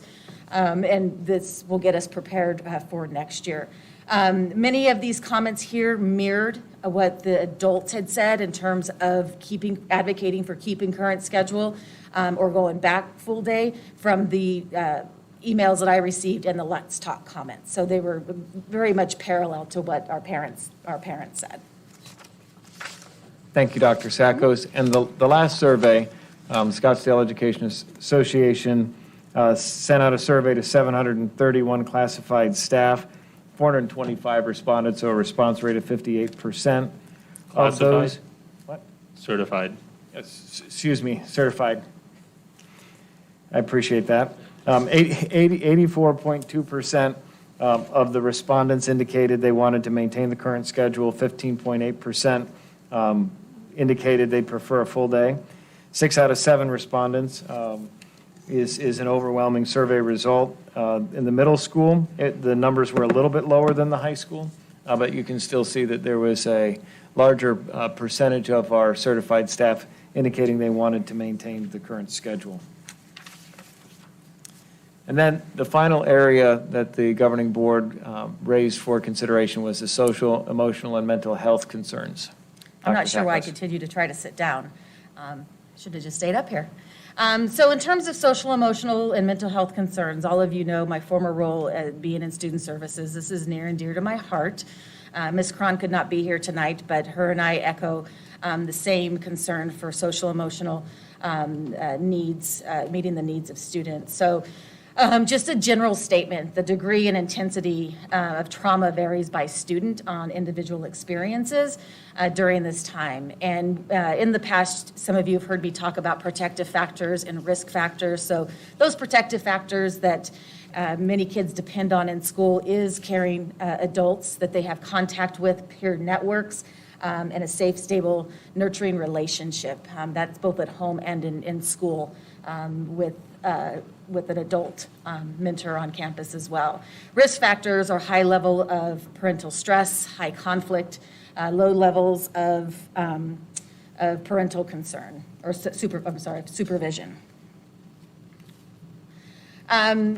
Schools provide that supervision overall, and this is just some general national data, that schools do provide supervision and protective factors to students living in homes that are high-risk areas. And so generally speaking, school staff report approximately 20% of all abuse and neglect cases to welfare agencies. We're all mandatory reporters, and that's the nature of our job, and there's a high level of reports that do come from educators. Schools provide mental health services. Schools provide services to students with mental health challenges. And again, some national data that approximately 1 in 5 students experience a mental health disorder. And 70% of students that receive mental health supports only access it at school. So addressing the concerns, I'm going to go back to that slide just a second. So one of the things that, that we have seen, the best data set that we have seen is the Arizona Youth Survey, and just at 3 o'clock today, we received the SUSD, AYS, and that does have in there the adverse childhood experiences, what they call the ACEs. And so when I go back to mentioning that everyone has trauma in different ways, our 12th graders, and Shannon was able to look at it just for a split second, but we're going to really dig deep in the data. But notice that of the 12th graders, 56% of them report at least one adverse childhood experience, and dealing with COVID is now a category for an adverse childhood experience. So I did want to share that with you. Now we can go to the next slide. Increased isolation and uncertainty does create emotional reactions such as grief, fear, anxiety, depression, and anger. Addressing known risk factors and offering appropriate services is crucial. What is happening right now is both in-person and virtual, what we call student assistance programs. From many years, we really have tried when offering student assistance programs not to take away from their core academics. In the afternoon, the groups are going really well because they're not missing their content time, and those kids that are able to stay have a higher participation rate. So you'll see in here that 80% of students in person that have signed up for a student assistance program will stay with that group. And unfortunately, with our kids who were referred or self-referred to virtual group, the capture rate of students continuing in the program was 5%. I do want to mention that some of our student assistance programs gear around grief support group, empowerment, mindfulness, general support, and the increase of participation, the topics is around mindfulness and grief support. Thank you, Dr. Sackos. So in conclusion, as you had already seen previously, that the recommendation is to implement Plan A, which represents a full-day return for the remaining schools that are currently on a 2/3 schedule. I want to point out just a few things behind the recommendation. One, I'll acknowledge that there are solid arguments both for and against. And 2 weeks ago, I was in a different position in terms of what I thought would be the best course of action moving forward. But as I said to the governing board when I interviewed, and I've reiterated since I've been here, the recommendations that I bring to the governing board will be centered on what I believe is in the best interest of students. And when I look at the data, these are the factors that have tipped the scale for me in terms of making this recommendation. First, it's really hard for me to conceptualize just how significant the damage is to our students of going a year and a half without a full day of instruction. What we provide as public educators for our students is important to their future and success. And in a pandemic, it creates a sense of stability and sends a signal in terms of their future. And I know that we've got this one opportunity to attempt a full day at these other levels. And I'll talk about why I think that the piloting approach does make sense. Secondly, we have seen the impact in terms of increased failure rates, particularly on the students least able to navigate that without some additional supports. And while we're working on those supports, another 6 months of not having consistent, regular, full-day instruction concerns me. The impact on middle-level learners, they're still young children. I mean, 12, 13, 14-year-olds being home for half a day with or without parental support and guidance creates an issue and a challenge, and it's one that we've been worried about as this has unfolded. But we've also seen in our schools, the K-8s that are open and preliminary data from Mountainside Middle School, and I'll acknowledge it's still really early, but that does make a difference for our students. Our neighboring districts have implemented this successfully, and Paradise Valley, which had been all virtual, has now returned to full days of instruction for their students. Our teachers have been vaccinated, and we've seen success on our other campuses. And finally, it's setting the stage for what we anticipate is a return to a full-day schedule next fall. I want to say normal. I can't guarantee what that will look like, but the anticipation is that we're going to have a full day of learning for all of our students, K12, in the upcoming school year. And if our students have a year and a half of not experiencing a full day of learning, it puts us further behind in terms of what we need to do to help ensure they're on track to be successful. Because we've adopted school-by-school metrics with automatic return to virtual learning thresholds for middle school and high school, I feel like we've put in place a mechanism to ensure that if there was a spike as a result of moving to the full day, that we immediately react, that provision's in place, and then because this is being promoted as a pilot project and not just that we're going to do it regardless, we would need to have a conversation. If a building needs to go virtual because they've crossed that threshold in terms of active COVID cases, then we need to have a conversation about whether or not that building should finish the year, come back with a full return, or should they return to the 2/3 day schedule. We have some options in terms of if that return didn't work as anticipated, that we could return to this 2/3 day schedule. But what we know we can't do is if we continue with the 2/3 day schedule, that's not going to change until August of next year. And so with that, that concludes our presentation, and our team is ready to answer any questions you may have. Thank you, Dr. Menzel and Dr. Sakos. Are there any questions or comments? Board Member Hartwells and then Board Member Beckman. Thank you for all the work that went into the presentation. That was a big lift. I have a couple of direct questions. Can you comment on how the full day improves the instruction for the EDL students? So that is a question that we did anticipate. Dr. Guerin, can you talk? I think she's over there. We've had conversations about how we'll address the impact on our EDL students. Certainly. So we will need to be mindful of screen time and fatigue of being online. So we will strategize with our teachers, and when there is direct, explicit instruction or an activity that requires engagement or engagement is needed, we will ask that students have cameras on and participate. Sometimes during the class, we have independent practice, independent time work. That would be a time where students would have permission to turn their camera off. It could be the last 10 minutes of class. It will vary class by class. But in that way, we can try to provide breaks and mitigate. The other thing is Dr. Menzel mentioned that we are at the home stretch. We have spring break and then 52 days left with an early release on Wednesday. So the Wednesday in the middle of the week will provide some relief for the amount of screen time. And we are just going to continue to work with teachers hand in hand through our subgroups to provide strategies to support those at-home learners. We know it is happening in other districts, so we always reach out to find out what other strategies others are using as well. Okay, another question. Can you comment on the impact on contact tracing?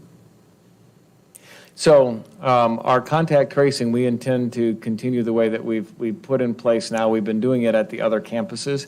And for lunch, we'll continue to do the very best that we can on contact tracing.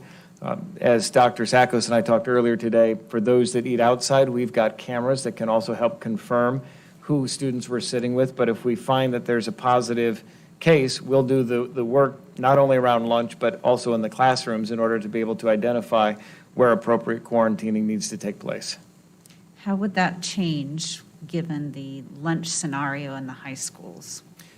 Dr. Sakos, you want to talk about what we've been considering? So how would the number of cases change? How would the contact tracing implementation change? It would be very parallel to what they're doing in the classroom right now. So as mentioned earlier, the students naturally cohort. So it's a matter of asking, okay, Kim, who were you sitting with at lunch today? Going back to the videos to look at that and do the best to identify the students and go through the quarantine process as we have in the past. So as I understand it, then it will be in part the student's responsibility to identify who is a close contact at lunch? In part, with the administration and security moving around, they can typically tell you where kids sit. by habit. So in part, it would be asking a child through the observation of the principals and also going back and looking at the cameras indoors and outdoors to verify who was there. Thank you. One last question, and I'll turn this over to my colleagues. Can you comment on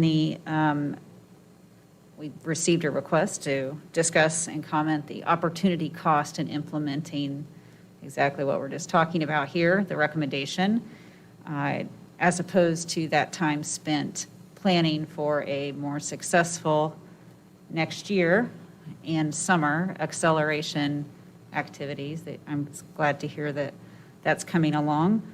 But can you please comment on how another switch in the schedule would impact the time away from spending energy on something that we absolutely need to do? And I think that is happening. But if you could just please make a comment. Sure. We've been asked to do so. So I appreciate that. I appreciate the question. So I think there are a couple of things that are important in this regard. One, we fully anticipate returning to the full schedule. So in part, this actually helps us as we're moving into resuming some sense of normal. For some of our students, they've never had that. Our sixth grade students didn't have a normal transition to middle school. Our freshmen did not have a normal transition into high school. Moving to a regular schedule allows us to identify where might we need to do some other support as they're figuring out how to navigate those new environments. And we could do that starting now so that we don't have that learning gap or curve when they come back in the fall. If we don't do this change now, coming back in the fall, we have to spend time learning how to do school in a very different way for two cohorts of students, the incoming sixth graders plus those sixth graders that are going into seventh grade. Same true for the rising eighth graders and the ninth graders going into 10th grade. And so I think it actually gives us a step up or a leg up as it relates to ensuring that we have a successful start to the fall. It also help us identify not only on the academic side what supports are needed both during the summer and into the fall, but also the social emotional supports. And so I believe that it actually provides important data for us to actually build the plan for the fall in a way that will impact students in a positive way. And so that will be intentional then? Yes. To use this opportunity, should it proceed, to identify supports and perhaps modifications to what a full-day schedule would look like in the fall? Well, absolutely. Intentional to collect that information. We've already started some preliminary planning, and I don't want to jump the gun on the accelerated learning team, but we're really looking at how do we support those sixth grade students going into seventh grade and the other students in transition where they didn't have something that was normal this year. So that's already been on the radar. We're going to learn more if we move to this full schedule in terms of what we might have missed that we would have learned in the fall if we don't start the pilot project now. Okay, thank you. I just want to end with a comment. We received a communication, and I shared it with all of you, from a parent, just reminding us that there are some things that we have learned this year. It hasn't all been bad. And we aren't closed, we are open. They are on campus, just not a full day. And there were good reasons that were presented to us in January for that. But to be mindful that while we want to build back, we really need to think about building back better, not just building back. And you shared an article with us that used those exact words, and I think that we should take those to heart on behalf of our entire community. Lastly, I just want to say thank you to all the teachers.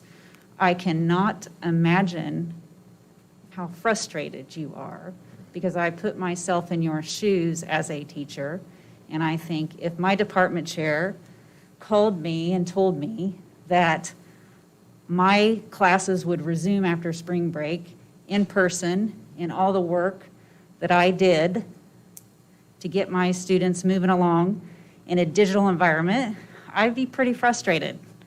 So I want to say thank you to every one of you. We see you. I see you and I feel all that you're going through. So thank you.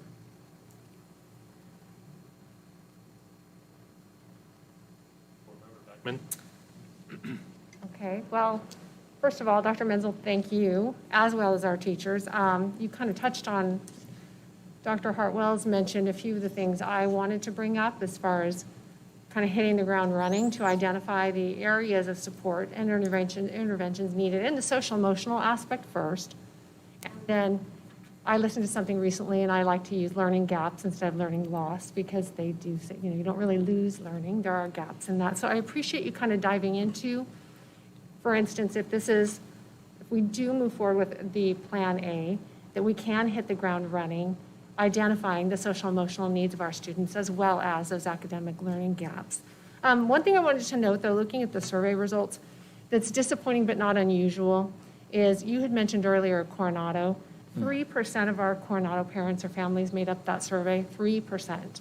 8% of Coronado students made up that survey. And that is one of the areas that we were most concerned about as far as, kind of reaching those families and those children. So I appreciate that. I feel confident supporting Dr. Menzel's recommendation of a full return of Plan A. I know we're going to continue to use our risk mitigation strategies that you pointed out. The triggers are still in place at each of our individual schools. All of our employees have had the opportunity to receive their second dose of vaccine. And finally, we are going to have that early release on Wednesday, which relieves that a little bit and helps us identify and has our teachers planning to identify some of those learning gaps and point out the kids that may have some of those social emotional issues. So thank you for all of your hard work, and I too do thank the teachers. This was not easy. Thank you. Are there any further board member questions or comments? Board member Lindsay? Can you speak to what you're going to use from Mountainside for the other schools? Like, what did you learn from their lunch program that you can apply to the other schools? I'd like to ask Dr. Sackos, because she's been the point person on the lunch piece in particular with each of the campuses. Sure. So the real lessons learned was the preparation and outlining, teaching the behavioral expectations to students, reviewing those, practicing those. Much easier to do at a middle level than high school, although it still can be done at the high school level. The other one was really just altering the pickup locations, the grab and go locations. And what I learned at Mountainside today is it includes a hot lunch. So you have your hot item along with other items, so they have the bags prepared, and then they plop in a hot lunch, and they distribute them. So going out to each campus, the flow of the pickup has been really critical, so that kids, when they come through, they're coming in one door, going out the other, and that has been very important as well. Again, from the principal's perspective at Mountainside, continuing to support the teachers. It still is difficult balancing the students that are in person and on EDL. And I still think we'll still have a significant amount of students on EDL, so that challenge will continue. And so just, having that, empathy for teachers and really working with them, giving them the supports and any breaks that they can is extremely important. I mean, I just hope that we would learn from what Mr. Luke did with the educating the kids.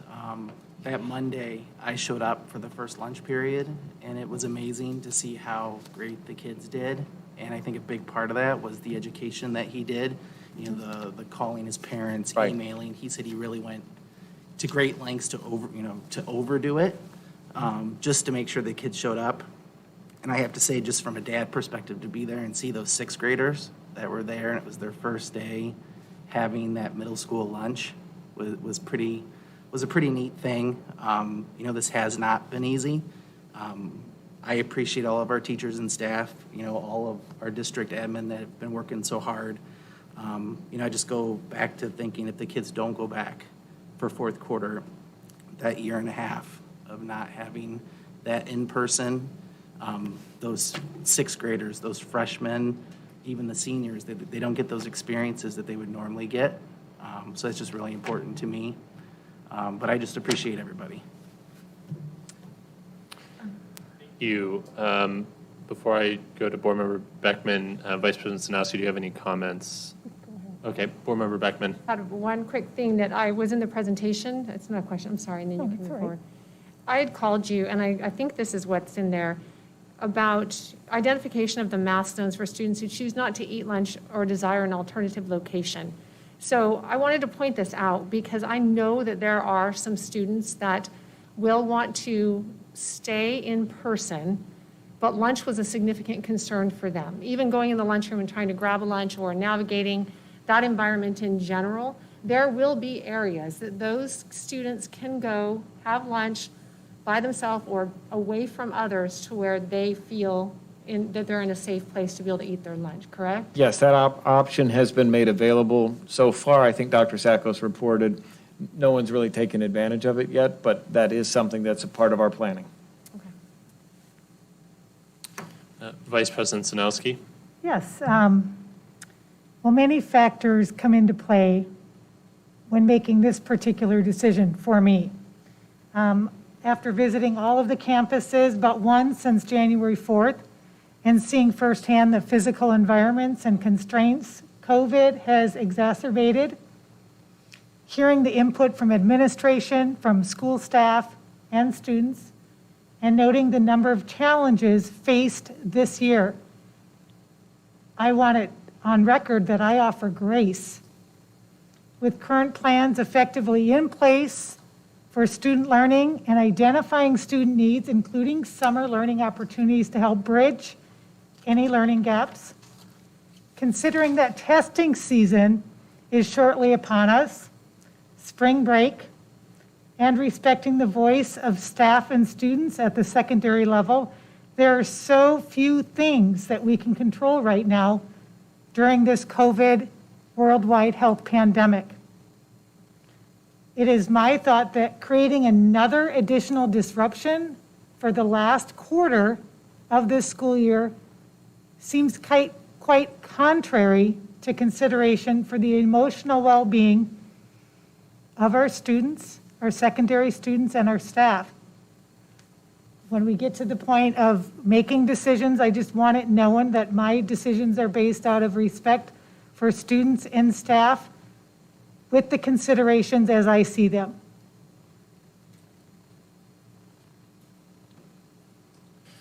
Thank you. Are there any further board member comments or questions? I have a few. If we go back to the testing slide. Oh, the surveillance? Surveillance testing. I like test, I got it. Apologize. Because Board Member Yes. Hartwells did bring this up, and I don't want it to escape discussion now in case this is something that we do either want to take action on or provide some form of direction rather than approve the plan and then bring this up again. So it is my understanding on the legal side of things that the trust has prepared a consent form for parents to sign for districts to use if they wish to implement this form of testing. And it is also my understanding that a number of school districts have moved forward with this, including, if I'm not mistaken, Creighton, Paradise Valley, and perhaps a number of others. Madison, I think. In Madison, and that might branch out. But when it comes to the dollar figure of $50,000, in my mind, for the public health and safety of our staff and students, that should not be an object. Obviously, unfortunately, money is an object because we operate on a budget, but to the extent that we could implement something like this, it might be worthwhile, and I'd be interested to see what my colleagues think. I do note, however, that the $50,000 really is a minimum, and we have, fortunately, in our audience tonight, an expert on statistics. And thinking over the minimum of the 10% and going online and doing my sample size calculator, 10% is not going to cut it at a lot of these sites because some of our sites just have such small population sizes that to get meaningful data, you would have to test over 50%. What you don't want to do if you take a school with 400 students is choose at random, assuming that you're not using a cohort system, and the purpose is to essentially say, is there widespread community spread in this campus and we need to shut it? Take 40 kids, and if 15 of them have COVID and you try to extrapolate that just won't, that won't give meaningful data. You'd probably have to test close to 200. So I am cognizant of the fact that it'd be much more expensive probably than our minimum estimate suggests if we want to do it the right way and have meaningful impact. I'm also cognizant that this does require parent consent. I am very well aware of the public comments and emails we've received just about the mask policy. I'm aware of the public comments on Facebook in relation to the mask policy. And back, gosh, months ago, I think the state attempted to provide testing kits to schools. And when that article came out in AZ Central, I also remember a number of comments from members of our community on that. So that would affect the work that we would do in this, and that is another consideration. So before I move on to my other comments, I would just like to re-highlight this discussion and see how my colleagues feel on the board about moving forward, or at least investigating this further. Are there any board member comments or questions on this? Board Member Hartwells? Well, I'll make a comment. The reason I have been bringing it up is it is a critical public health strategy to mitigating infectious disease spread, coupled with contact tracing and quarantining, right? Surveillance and quarantining based on contact tracing.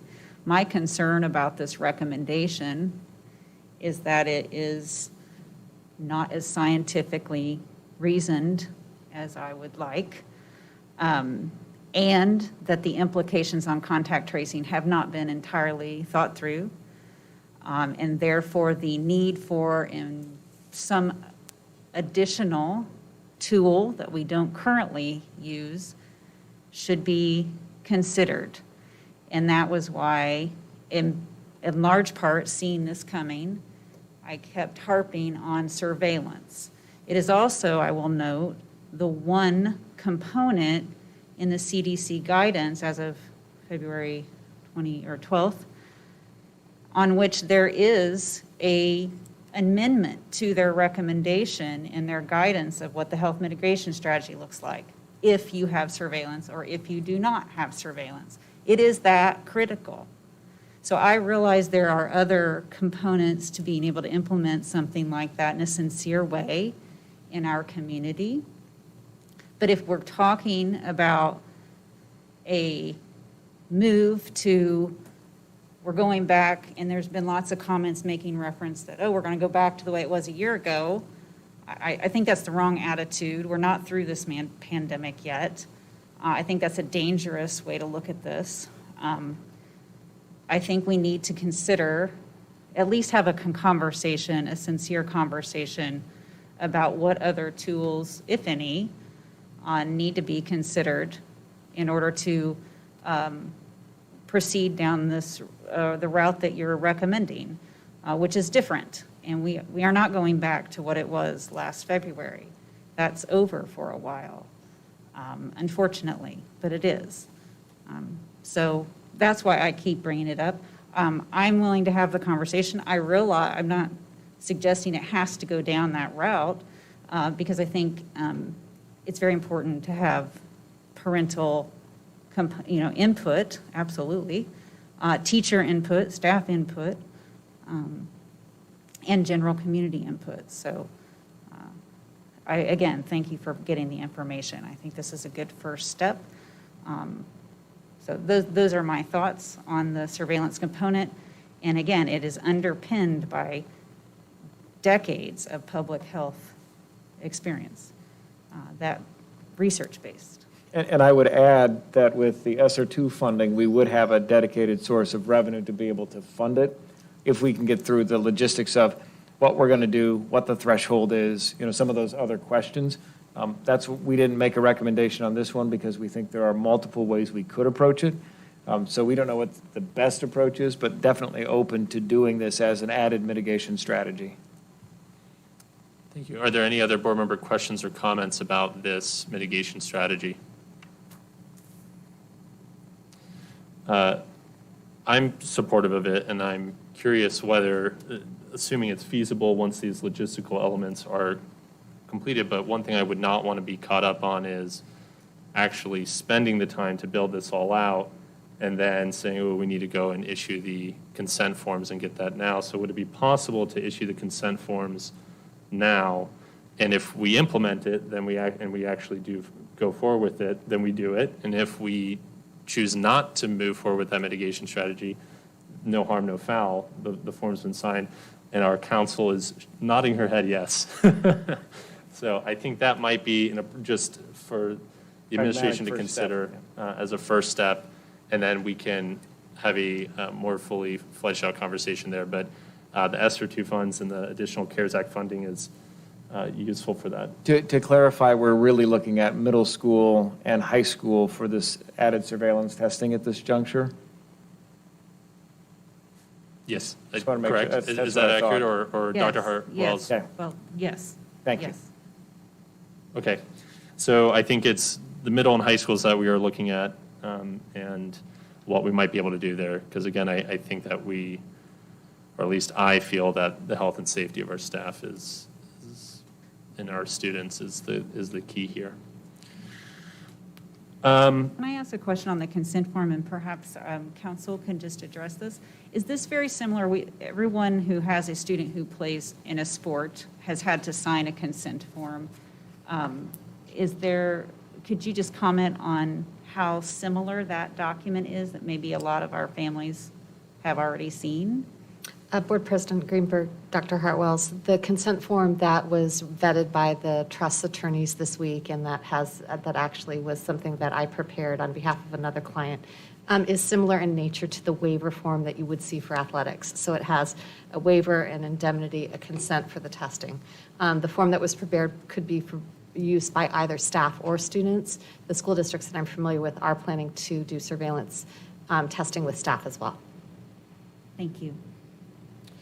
Would we like to include, just to clarify, it was my understanding that staff would be included either, do they need to sign a waiver, or does the district have authority? Well, I don't want to get into legal advice here.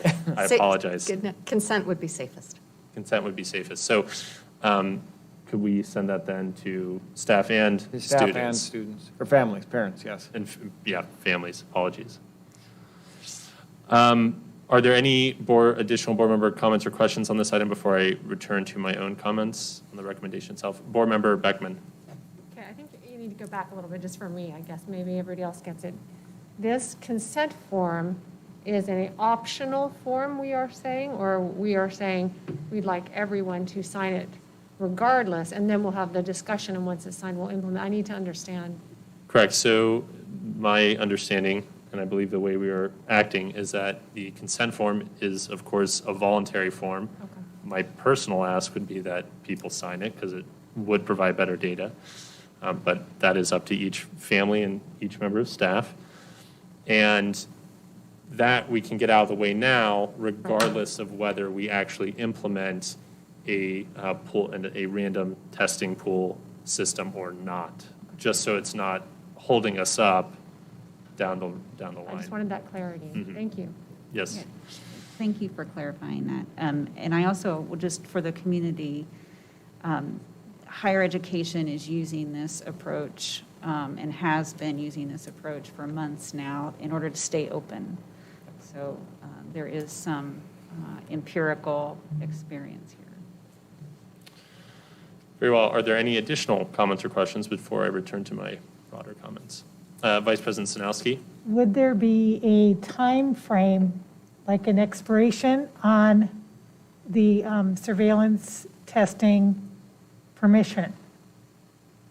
So if it were signed now and students return in the fall, could it be useful at that point if they return for a full day on-campus instruction?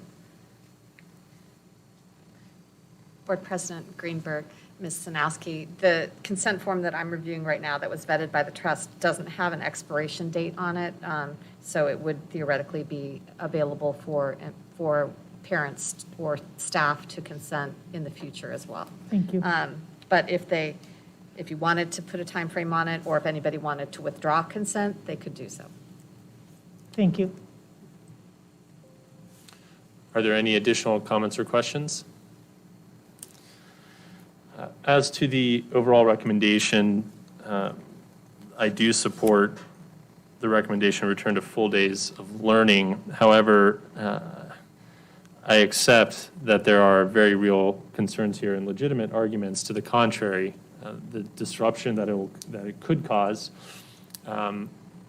may be not worth the cost versus the benefit, and I appreciate that. And I also appreciate Board Member Hartwell's point that our staff have prepared an entire year for these 2/3 days. We've been in person for quite a long time, just not full days, but we have been in person for a very long time. And so our teaching staff have worked very hard to do that.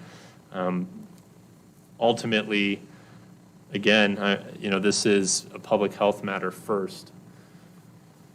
And our health department believes that based on these mitigation strategies and potential additional strategies we may implement, like this pooled testing, that we can do this on a pilot basis. We still have our vet teams in place. Again, we have masks in place. We are trying to distance as best as possible, but even now when we're open only on 2/3, we know that the distancing doesn't happen 100% of the time. It's a school. Students congregate. Teachers need to get close sometimes to their students to work with them and teach them. So, these are very real risks. But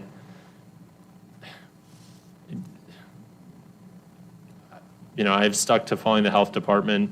The health department views this in the context of the current health crisis as something that we can return to, then I think we should do that. So I'm not sure I have many more comments than that. I do note that with the EDL students, that would also mean a full day of EDL online, which is taxing at a minimum. And, I don't know if there's other ways to potentially deliver that instruction that would not require our teaching staff to completely alter the way they work. I don't know if, recording lessons that they can watch on demand if they can't attend, if they're in EDL and can't attend at that assigned time, whether there's a way to capture that lesson since it's being taught virtually anyways. They can access it later and some way of verifying that access so that the instructional minutes are being counted for. I don't know, but that's just one idea that's come to mind. Gosh, this is very difficult, but I appreciate all the work that everyone's done. I appreciate all of our staff members working very hard here because this is not easy and it's not fun to be constantly changing what you're doing. So I wish we didn't have to be in this position. Alas, this is outside of our control. Are there any further comments or questions on the matter of the return for secondary schedule for fourth quarter? Are there any motions? The chair moves to approve the action item 6A, secondary schedule for fourth quarter as presented. Is there a second? Second. Board Member Beckman seconds. All in favor say aye. Aye. Aye. All opposed say no. No. The motion carries 3-2 with Board Members Hartwells and Vice President Sanowski opposed.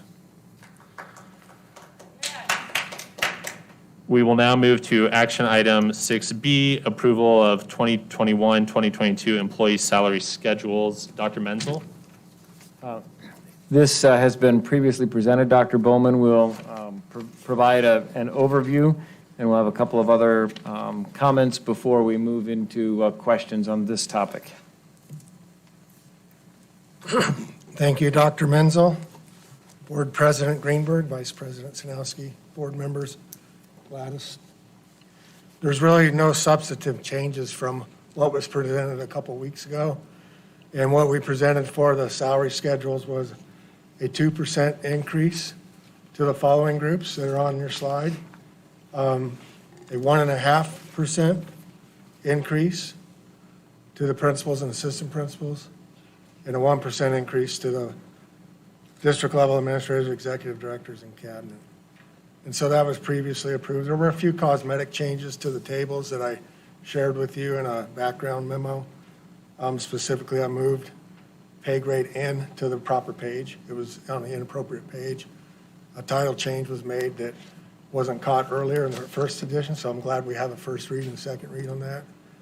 And then we added in the COVID specialist back into the table, and it was just, unfortunately, I forgot to put it in there. And I think those were the substantive changes from the last one to this one, and you should have all that. So as far as salary schedules go, they're as presented. I don't know what's next, but there's nothing else other than what you've already seen. Are there any questions? So I would like to add to that presentation. I know that the question has come up on multiple occasions with respect to step increases, and at the last meeting, there was a conversation about weighing what we know, what we have available in resources, and how we make these decisions. As you know, at the governing board table, there are a lot of things in this process that are taking place much earlier than when we have certainty about other information. So we don't have a state-level budget yet. We have estimates, but we don't have a final. The biggest unknown for our budget for next year is the number of students that we're going to have. Are we able to recapture, as Mr. Brammer said earlier, 560 kids or more? That would be fantastic, but we don't know that. So any money that we spend, it's a question mark in terms of where the revenue is coming from. And so the proposal that we brought forward represents what we know that we can afford based on a very conservative estimate, but not our best case scenario. And so that's been part of our challenge. In the future, we fully anticipate having collaborative conversations with our employee groups to talk about the structure of compensation and having this discussion on a more intentional basis. Not that we didn't have intentionality here, but it was really a product of we have limited information on some of the key variables, and we did not want to recommend something that we might not be able to sustain over time. And so if we box ourselves into a corner by making a commitment that we can't really sustain, we thought that would be problematic. So what you see in front of you represents something that we know that we can pay for. Typically, a step is 2%, and not everybody gets steps. And so instead of implementing the steps and not having an increase, we decided to raise the base for everyone at that level. In the future, we can look at overall compensation. I think I've said it repeatedly, I'll say it again. We really need a thorough review of compensation and benefit structure in the district, holistically, to look at what it takes to attract and retain talent, to signal the value of our employees and how we can sustain that over time, because we've got a lot of moving parts and pieces. And so there's an opportunity for us to really do an overall review and to put something that's coherent and aligned in place that is designed to help us achieve our strategic objectives. So it's also timely that we're doing our strategic planning so that we can actually staff in order to ensure that we're able to accomplish that.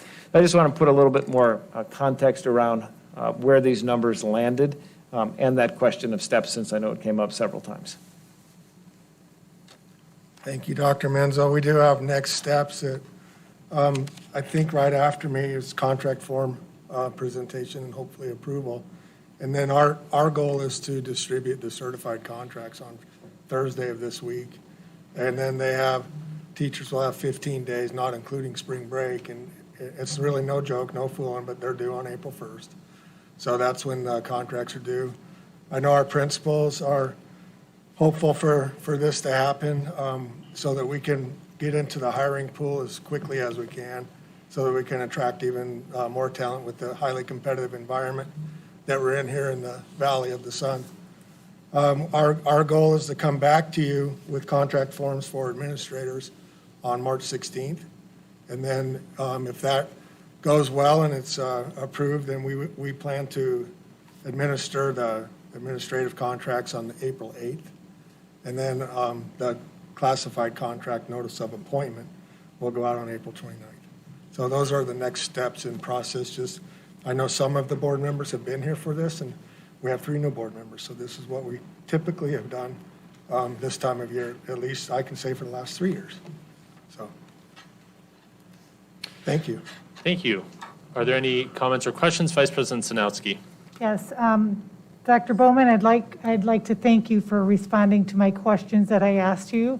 And Dr. Menzel, thank you also for bringing forth the idea that, yes, we need a holistic review of our compensation for our employees.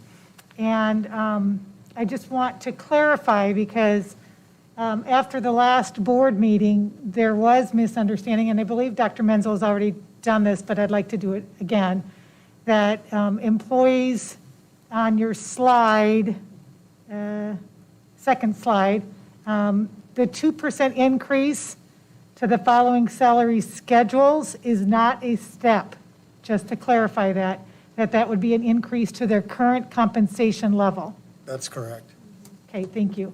You're welcome. And the holistic review I look forward to, because I do believe that any type of conversation that is relevant to compensation for employees, regardless of where they work in our district, they should be part of the conversation. Those employees should. So coming to the board, I expect and really hope for in the future that conversations and recommendations coming forth include their input in this decision-making, so that we as a governing board are not having to determine what is best for those groups. Also, the idea of additional funds potentially coming in. I do understand and respect the idea that we don't want to work our way into a corner that we can't get out of. So making promises to say we're going to give everyone a step, if we can't keep that, that does not allow us flexibility to spend any future funds that we really are not expecting right now. We don't know. Our state has not determined a budget, so we're kind of doing our best right now to create the budget, to get all of the ducks in a row, to make sure then that employees feel valued and will return to our district next school year. So I know there's a lot that goes into this process. I just want to make it very clear that, yes, we have a lot of improvement to do on the process, in my opinion, and I look forward to our strategic plan identifying a better future in Scottsdale schools for our employees.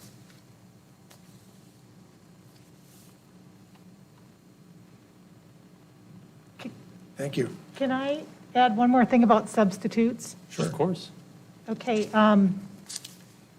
I saw that, when we approved the minutes and we approved the consent items, I don't know if the public understands all that's considered in personnel, but I want them to understand that a big part of this wheel of education is individuals who are willing to and able to take the place of a teacher temporarily as a substitute.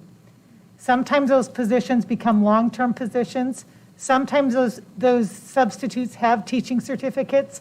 Sometimes they do not. Sometimes substitutes get in the classroom and realize they love teaching, and they go and pursue their certification to become a teacher. So I think that aspect of our personnel is often overlooked and undervalued. And I really, when I go through the listings and I see $28 an hour for in-house coverage because a substitute was not available. And then I look at what we're paying and the varied levels of pay for our substitutes. We currently pay $28. I figure that's like $197 a day, somewhere around there, for in-house coverage. Yet we pay a sub, as I figured it, like $15 an hour pre-tax, which is below poverty level. To increase to $20 an hour would be $140 a day. That would still give us, after bumping up sub pay substantially, above our competitors, because we get caught in that wheel of what our neighbors are doing, we still save $57 per day for sub expenses by paying our subs better than resorting to paying in-house relief when a sub's not available. And so I'd like for us to continue this work about talking about the importance of making sure we have the best individuals in the classroom. And I know teachers have a tendency to have their favorite sub, and there's a reason for that, because they can continue instruction with their students. So I highly value the work of teachers.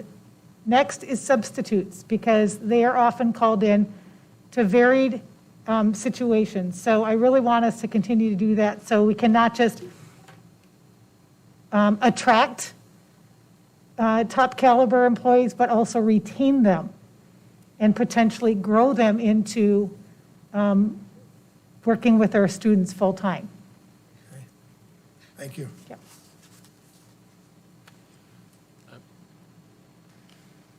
Are there any other board member comments or questions? Board Member Lindsay? Yeah, on this information that you had sent over to us about the paras and the IRAs, I mean, it shows that we have a lot of work to do in that regard. Being that we're moving them to a different pay level, you know, two of them said we were among the lowest, and one said we are the lowest. That's correct. What does that do when we move them over? Like, how does that change the picture at all? It's hard to answer that question because I'm not sure what they're going to do for next year's funding.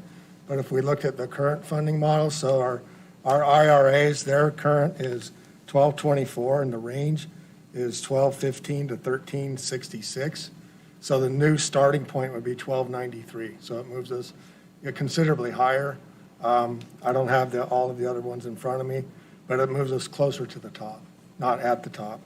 Para 1, we're the third lowest right now at 1224, and the new will put us at, the range is from 1215 to 1297, and the newest will put us at 1293.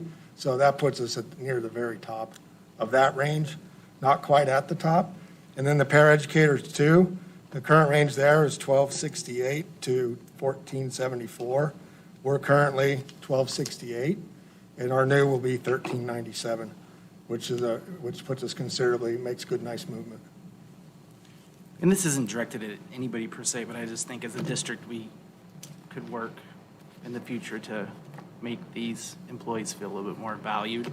And I'm confident that we will. So thanks, Dr. Bowman. You're welcome. Are there any further comments or questions?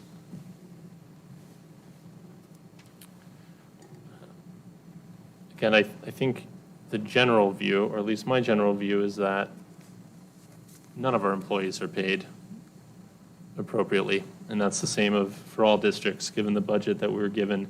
And it is very unfortunate because our employees all across the board, from bus drivers, cafeteria workers, facilities, teachers, administrators, principals, APs, work so hard every day to keep our district running, to educate our students, really provide a top-end education that, as we saw in our demographic study, even with the increase in competition, we've still really retained just an astronomical number of students. So I agree with Board Member Lindsay that there are a number of positions I would like to bring up to at least the state average or higher.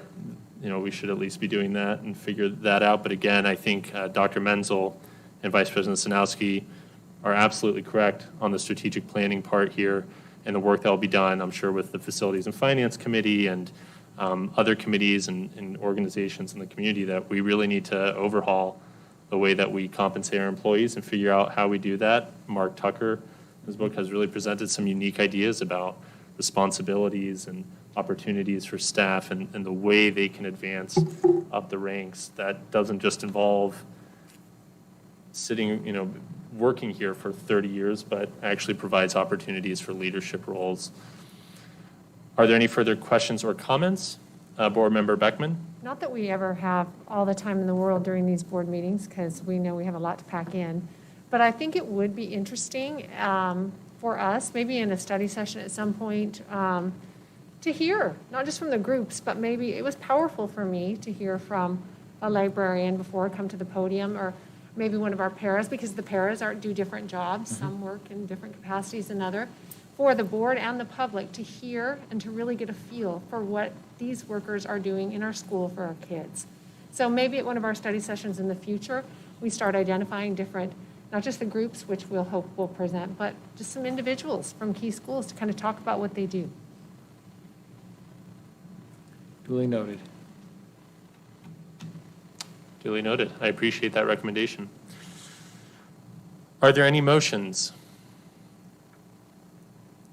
The chair moves to approve action item 6B, approval of the 2021-2022 employee salary schedules. Is there a second? Board Member Hart-Wells seconds. It is moved and seconded that the board approve action item 6B, approval of 2021-2022 employee salary schedules. Is there any further debate? All those in favor say aye. Aye. The motion carries 5-0. The board will now move to action item 6C, approve employee contract forms and listed benefits. Dr. Menzel. I'm going to invite Jennifer McLennan to present the content of the contracts, and then we'll be able to address any questions that you may have. Board President Greenberg, members of the governing board, Dr. Menzel and cabinet. A few years ago, Ms. Marshall asked our firm to review all of the employee contract forms. You all had a scattering of forms, and we tried to consolidate them. There was a solid effort made with Dr. Bowman and the HR team to do so. And so the contract forms that are being presented tonight are the forms that have been used by the district for at least the last 2 years that I'm aware of, with some minimal changes. I have provided to the governing board what those changes are, and I'll just summarize them here. The changes include date revisions. They include the addition of language to allow the district's governing board to provide additional income to staff based on receipt of results-based funding or invest in education funding. There is a additional $1,000 retention bonus for all employee groups that would be paid out half in the next pay period upon signing of the contract and half upon return to school in the fall. And those are and then there were some cleanup changes that were made throughout the documents. I have received input from one of the governing board members who contacted me with additional proposed changes. Those are not contained within the documents that you have, but I'd like to review the proposed changes with you now, with your permission. President Absolutely. Greenberg? Okay. So one change that I thought was a good addition was to align, the governing board revised its governing board policy AC in December. The language in the contract forms has an anti-discrimination paragraph in it, but it doesn't exactly align to what board policy language is, so to align those two documents. The language that was added regarding in the teacher contracts that was added regarding results-based funding states, doesn't have the word, it says that it would be issued at the discretion of the governing board, but not at the district's sole discretion, and this governing board member would like to see the use of the word sole before the word discretion. So cleanup change there. There is a paragraph in the teacher contracts that governs being able to remove a teacher who is on emergency certification pursuant to a provision of state law, and there was the removal of a word "that" within that paragraph that appears to have just been added. There is language within the special services contract that discusses how one accepts the contract, but the teacher and administrator contracts discuss when it's received. So it's received if it's delivered by email within 2 days. And so this board member would like those two paragraphs to align so that there's a description of how the contracts are received within the special services provider contract. And then the last, there was a capitalization of a term in the contract addenda. And the last request was that the retention bonus that has been added to this year's contracts, this board member would like to see it removed from the terminating teacher contract, which is a contract that is typically given out to teachers who begin after the start of the school year. And the board member would like to see the payment of the second half made in October rather than upon the start of the contract year for employees. So those are the matters for you before discussion. I'm welcome to take any questions. I do want to make one point, which is that if the board does approve the retention payment bonus, the Director of Business Services wants that to be processed by a separate check so that there is a clear record that the employees received that.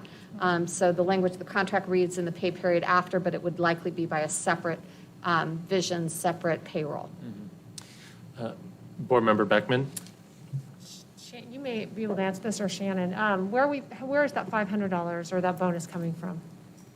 It's $1,000 if it's so for each 500 and employee. 500. Right, and it would be coming from your M&O funds. So what part, though? So what we're looking at is, and this is happening across multiple districts throughout the state right now, is ESSER 2 funds have come in. And with that, we would move some expenditures from M&O, some temporary expenditures from M&O over to ESSER 2, CARES grant monies, which would free up money in M&O to then provide that stipend. Something a lot of the, like I said, a lot of the districts throughout this, especially in the valley, are providing to staff. So we felt that it was a good benefit to offer to our staff. So it would be out of M&O, but it would be moving an M&O expenditure over. I'm fully in support of it. I just wanted to know. Yeah, where it are was we going to coming pay for it from? Vice President Sinowski. Council, can you please restate what you were talking about with the non-renewing contracts and the retention factor money? As to the changes that have been requested? Yes. Sure. So that one of the forms is entitled Scottsdale Unified School District Certified Teacher Contract Terminating Contract. And that contract has a paragraph 3 that indicates that upon issuance, the teacher is notified that they're non-renewed for the next school year. This contract is typically given to staff who start after the beginning of the school year. The current version contains the retention incentive, which would allow that employee to receive the same incentive. Typically, these individuals would be new employees to the district. The teacher contract doesn't differentiate upon teachers who are hired now versus teachers who are hired on August 1st either. So if the standard teacher contract is given to a teacher in July, they would also receive the same retention incentive as your existing staff. So Is there a way to prorate it for their time of service in our district? The board could approve a prorated amount for anyone hired after a certain date, if you wanted to do that. Yes. Yes. But your motion would have to be very specific because this is not a benefit that is otherwise authorized by the governing board in any of your salary schedules, any of your policies. This is a benefit that is being offered pursuant to the contract documents that you are considering tonight. Understood. And I really appreciate that this is going to all employees, classified, certified, and administrative. Currently, you are only considering the contracts for your Correct. your Correct. certified Right. staff. Your classified notice of appointment also contains the incentive. Yes. Perfect. Board Member Beckman? No, I just was curious about if we were amending this at all, or this discussion, because I'll let you finish, and then if we do, I'll save my question for them. Well, in order to amend it, the motion would have to, a board member would have to make a motion with the amendment in it That's where I to the kind effect of the prorating. So Like we didn't finalize that discussion where we're not, okay. So can I ask a reframing question potentially? So to Vice President Sanowski's point that the intention is to provide the retention payment to all of the employees, if the governing board created a separate action authorizing that, could they do that as a standalone versus trying to carve it out in each of the separate individual employment contracts? Because you do not have the retention incentive as a separate agenda item on tonight's agenda, any changes to the contract language would need to be made within the context of a motion about the approval of the contracts. I can certainly assist you in doing that. The other option would be to delay issuance, but that's not something I know that Dr. Baumann wants to do. So if you wanted to approve the contract language, but instruct council to modify the language so that anyone hired after X date would receive a reduced amount, that would be the easiest way to do it. You know, there's also, again, the discussion of the timing of the payments. One board member wants to see a different timing. You certainly have the ability, you agendized tonight to discuss the contract documents and the benefits listed therein, and this is a benefit listed therein. Vice President Sinowski, do you have a proposal that you would like? I think in order to ensure that we are doing this the proper way, to allow council to draft that motion, do you have a proposal you would like the board to discuss beforehand about prorating the $1,000 total stipend? Yes, I'd like to stumble through that. Sure. I would like to propose that our staff that is on non-renewing contracts, that they receive a prorated amount of the retention bonus that is put forth this evening. I don't, counsel, if you If I could can- weigh in here, I don't know, because if it's a retention payment and they are not being renewed, If they are renewed. So I think that you're talking, I want to just clarify with you, Ms. Sinowski, that you're talking about the terminating teacher contract, correct? Correct. Okay. And Dr. Baumann, can you help me? At what point in the school year does the district begin to use those? First of all. Okay, so those are teachers hired after the 1st of August. So the easiest way to do that would be to suggest that, that motion to approve all of the contracts as presented with the other amendments that I talked about. Those are fine with you, the other issues that I spoke about earlier. And then move to approve the terminating contract with a prorated amount for the incentive based upon the number of days worked in the school year. That's what your intent is? What you said. Okay, all Yes. right. So let me help write this out if I can, if that's. Thank you. Okay, but can you please explain that? Because I understand the language, but I'd like you to explain that because. Sure. To me, I just want to make sure that, A, we all understand it, and B, it's not a logistical nightmare as far as calculating. C, so just if you could explain the way you're wording it, how it would actually apply. Sure. What, if the terminating teacher contract, which is given out after August 1st, the school district would take the number of school days that that employee would work, his or her number of contract days, which is easy to figure, and divide the 1,000 by that number, divide the number of school contract days for a typical employee by 1,000. So then you have a per diem amount. It's going to be minimal. And then they would multiply that per diem amount times their number of days worked. They're actually going to work during the school year. Okay. And that was some hard math for me, Ms. Beckman, because lawyers are not good mathematicians. So there you go. I resent that. This lawyer, how about that? Vice President Sinowski, if I may, so in this scenario, an employee receives the contract, signs the contract, comes to work, and then we separate. Why would we, is there a rationale for prorating to pay them less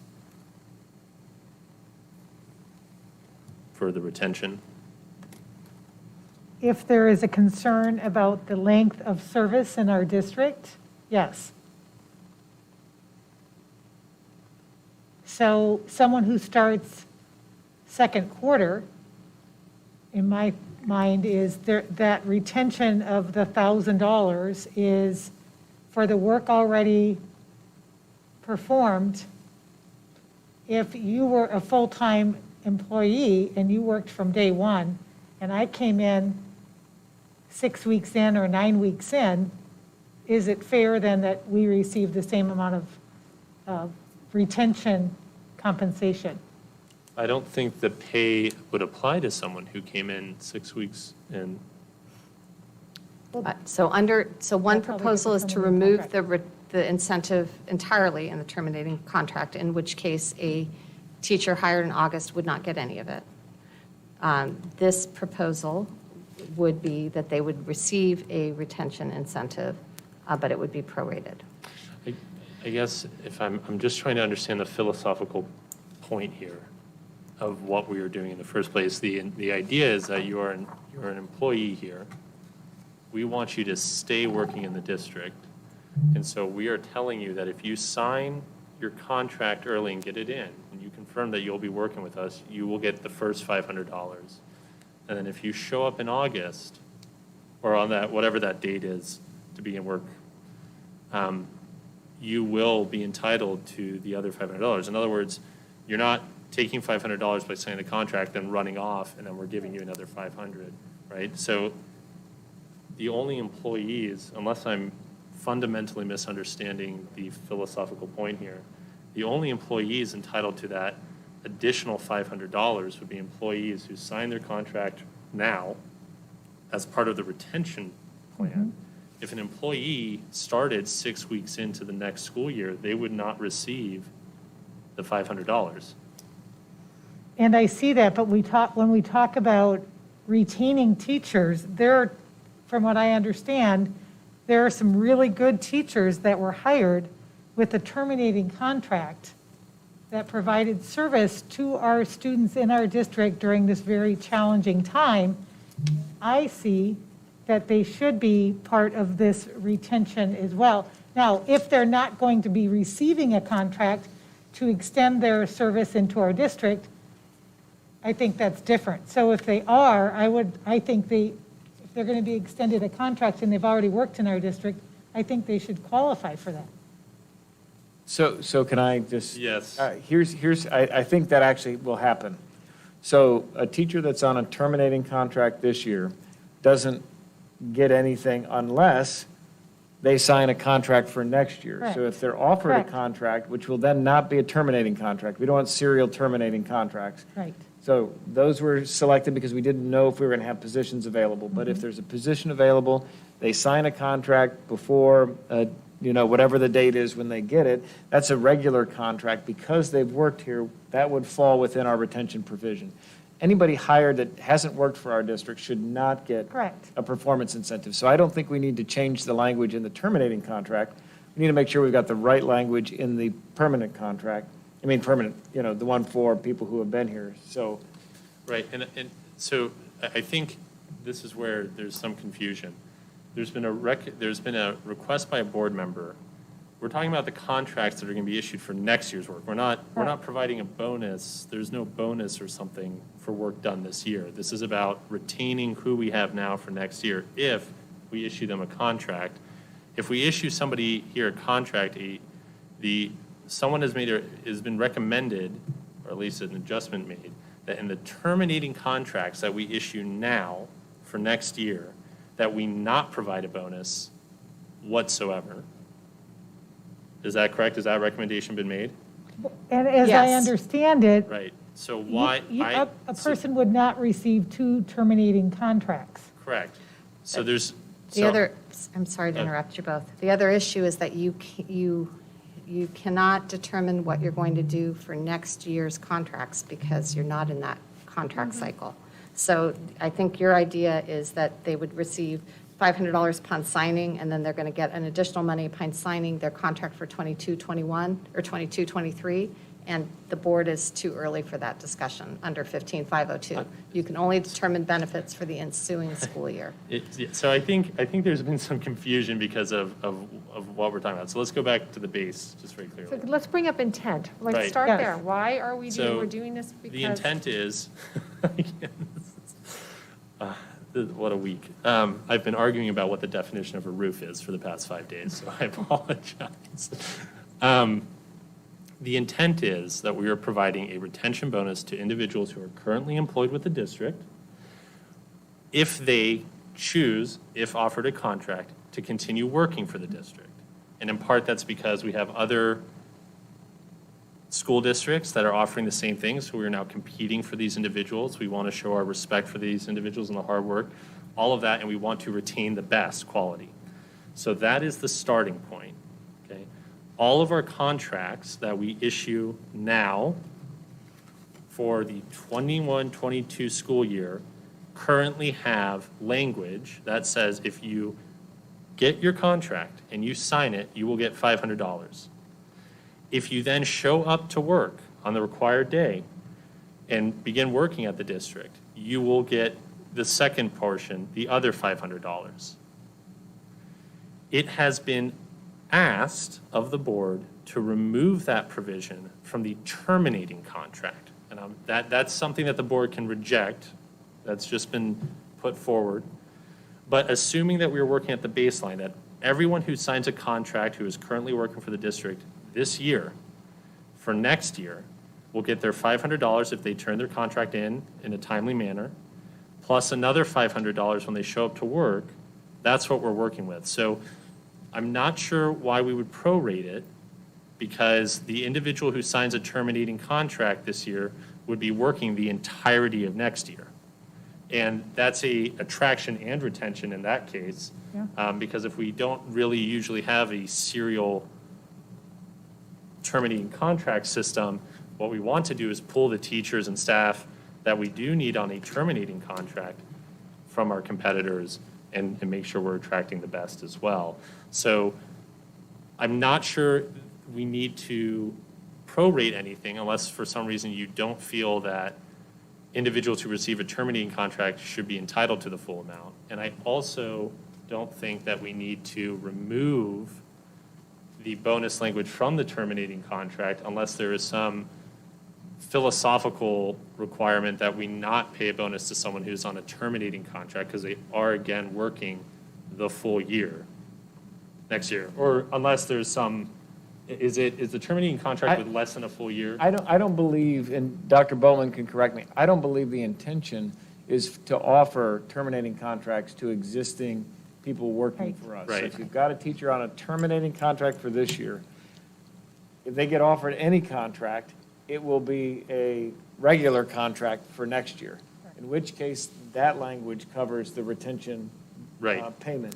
If you put the language in the terminating contract, and in August, we have a special need, and Dr. Bowman needs to hire someone on a terminating contract, this language would muddy things up, because we're hiring them, they haven't worked here, and who knows where. So there is no terminating contract that would be issued now, though, is the point. That's my understanding, Okay, yes. so with that, then it does, I apologize for causing additional confusion. It does make sense to remove that language from the terminating contract altogether. That's what I meant about intent. Our intent is to retain our existing teachers and give them some sort of value-added reward for signing their contracts. If someone has not been working for our district and we go hire them, and it's a terminating contract, why would they be entitled to the same amount of money that our teachers that have been loyal to our district and signed again would get? So that was my question about the two and the intent.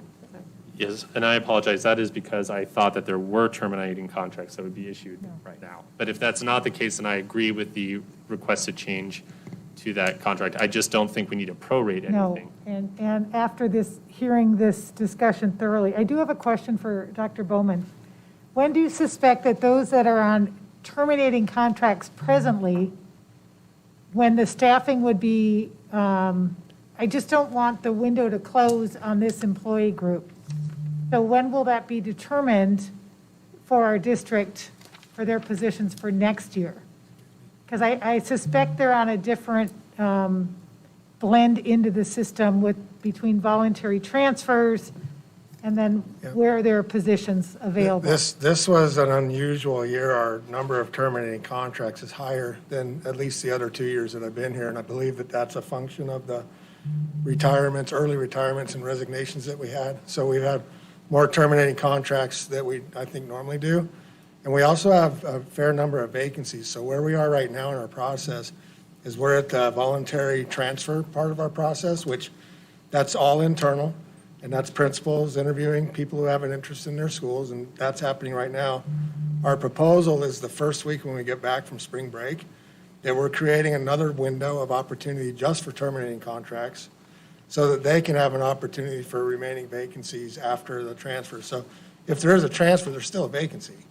You're just moving one from one to the other, so the vacancy just still exists. So then we want to be able to have the opportunity for as many of those possible that we can, especially the really good. We have a lot of just outstanding teachers that we hired late. And so we want to be able to get those folks in before we post externally and go seek outside persons. So by being here with us for whatever period of time they have been here with us, we just want to make sure they have a fair, open opportunity. And a lot of our principals are just excited to keep this high quality that we have. The other thing I need to do, since I'm a former superintendent, so I'm not too shy about a microphone. One of the things that I'd like to share is it's really important, at least for me, that deals with contracts, that we consider prorating the amount by the FTE. And I don't know if that was your consideration or not. If you intended to do a full $1,000, whether somebody's a 0.2 of a contract or a 1.0 of a contract. So, I mean, that's a significant difference, and I don't know if you had that conversation or not. I don't want to muddy the waters, but having done this before in another district, we prorated it by the FTE. So I just need to throw that out there because that will come up to us on our side on HR. Board Member Lindsay. And I don't want to no. pay people less either, so Right. that's not what it's about. It's about fair distributions of the funds for the FTE that they're hired to do.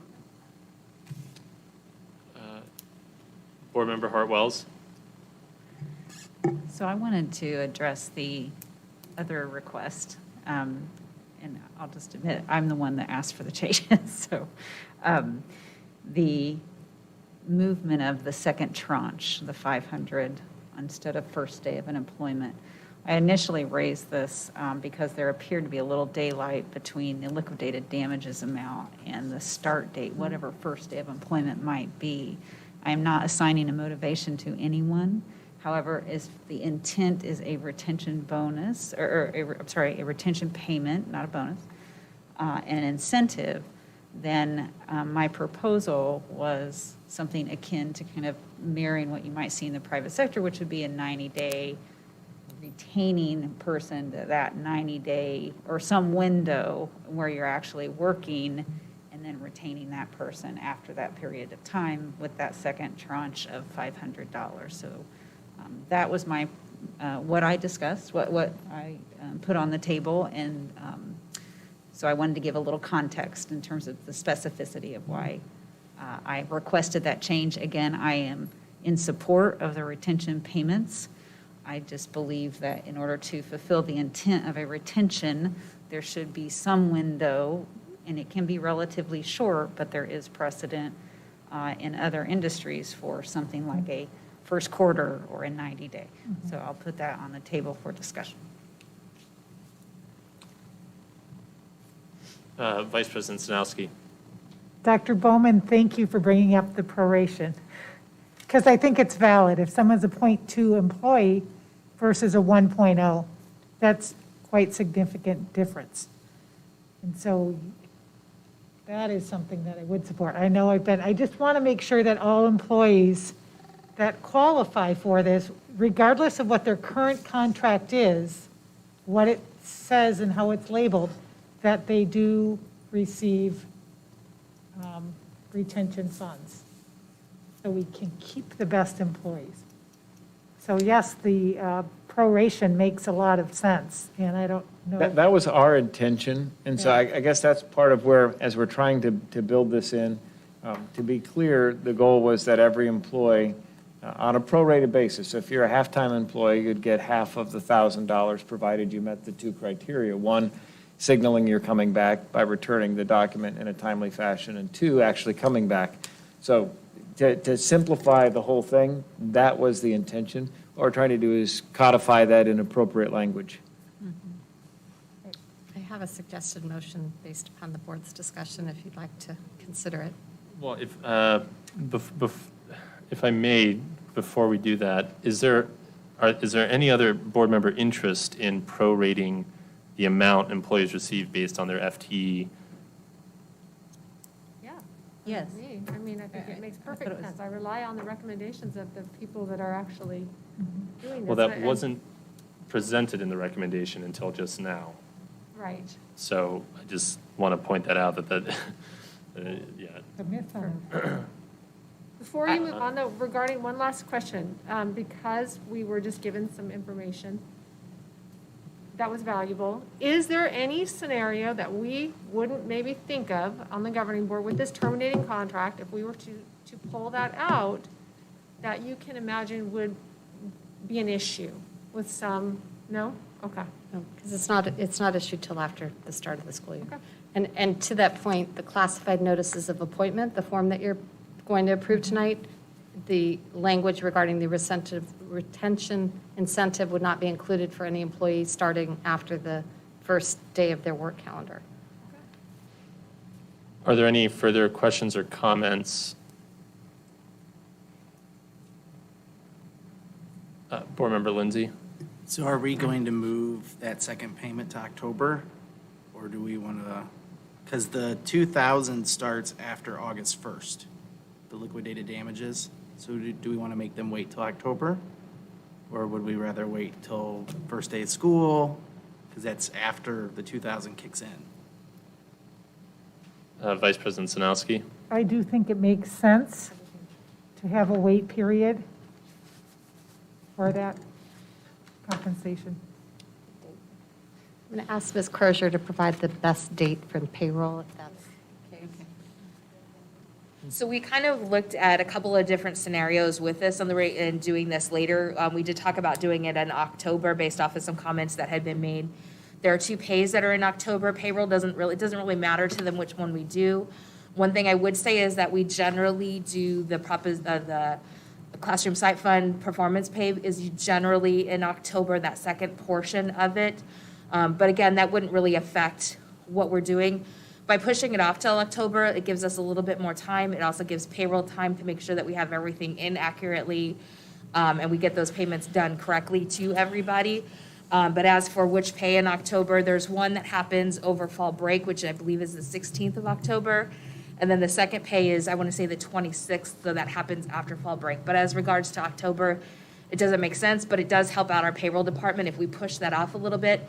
The first teacher pay in August is a big deal for payroll, balancing contracts and make sure we have everything. So pushing that off a little bit more does definitely help the payroll department to make sure that we've got everybody processed correctly.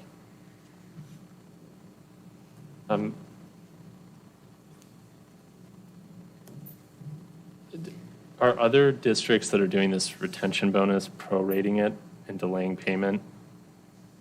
I don't know. We'd have to look into that.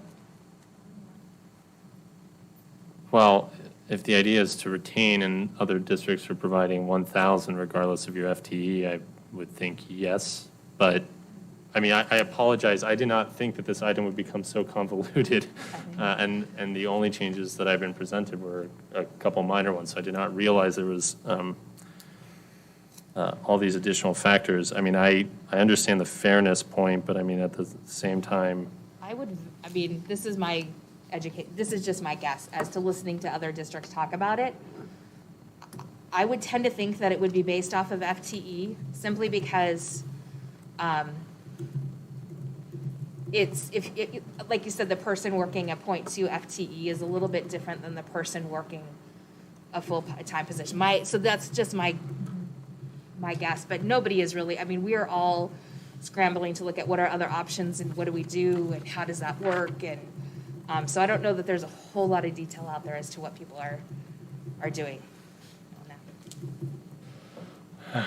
So right now, as I understand it, and you guys can kind of just to circle this back, is the teacher, certified teacher contract, we are talking about that retention payment, the first tranche being right after signing their contract. The second one, sounds like the best one, is the first payroll of October, and that we're going to prorate it based on FTE. Does that sound accurate? Yes. Yes. If that is what the board votes on, yes. Nice summary. May I make a Yes, proposed please. motion for consideration of the board? Motion to approve the form of the contracts with suggested cleanup changes as proposed by council, and with the removal of the retention incentive for the terminating teacher contract form and from the classified notices of appointment after the start of the work calendar, and with a prorated based on FTE retention incentive, with the second tranche to be paid in the October 16th payroll. That sounds fine. Shall I read it, or may I approve the? You may approve it as submitted if you would like, or you may move as submitted. The chair moves to approve agenda item 6C, approve employee contract forms and listed benefits as submitted by general counsel. Is there a second? Second. It is moved and seconded that the board approve Action item 6C, approve employee contract forms and listed benefits as presented by general counsel. Is there any further debate? All in favor, say aye. Aye. Aye. All opposed, say no. The motion carries 5-0. Would the board like to take a 10-minute break? Without objection, the board will recess for 10 minutes until 8:03.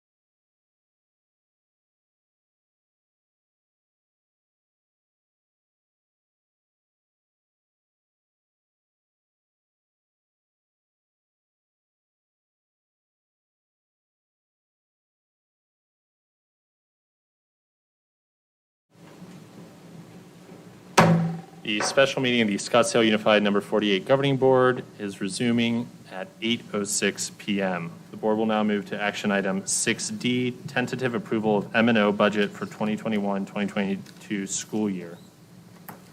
Shannon Crozer could provide some additional updates. As you know, this has been discussed at a few board meetings. We have continued new information that helps us refine the proposal, and she'll highlight those changes. Thank you. President Greenberg, members of the board, Dr. Menzel, and guests who are at home watching. This is the tentative approval of the M&O budget. The tentative approval just really helps us so that we can now that we're issuing contracts, we can get those budgets in and know exactly where we're at.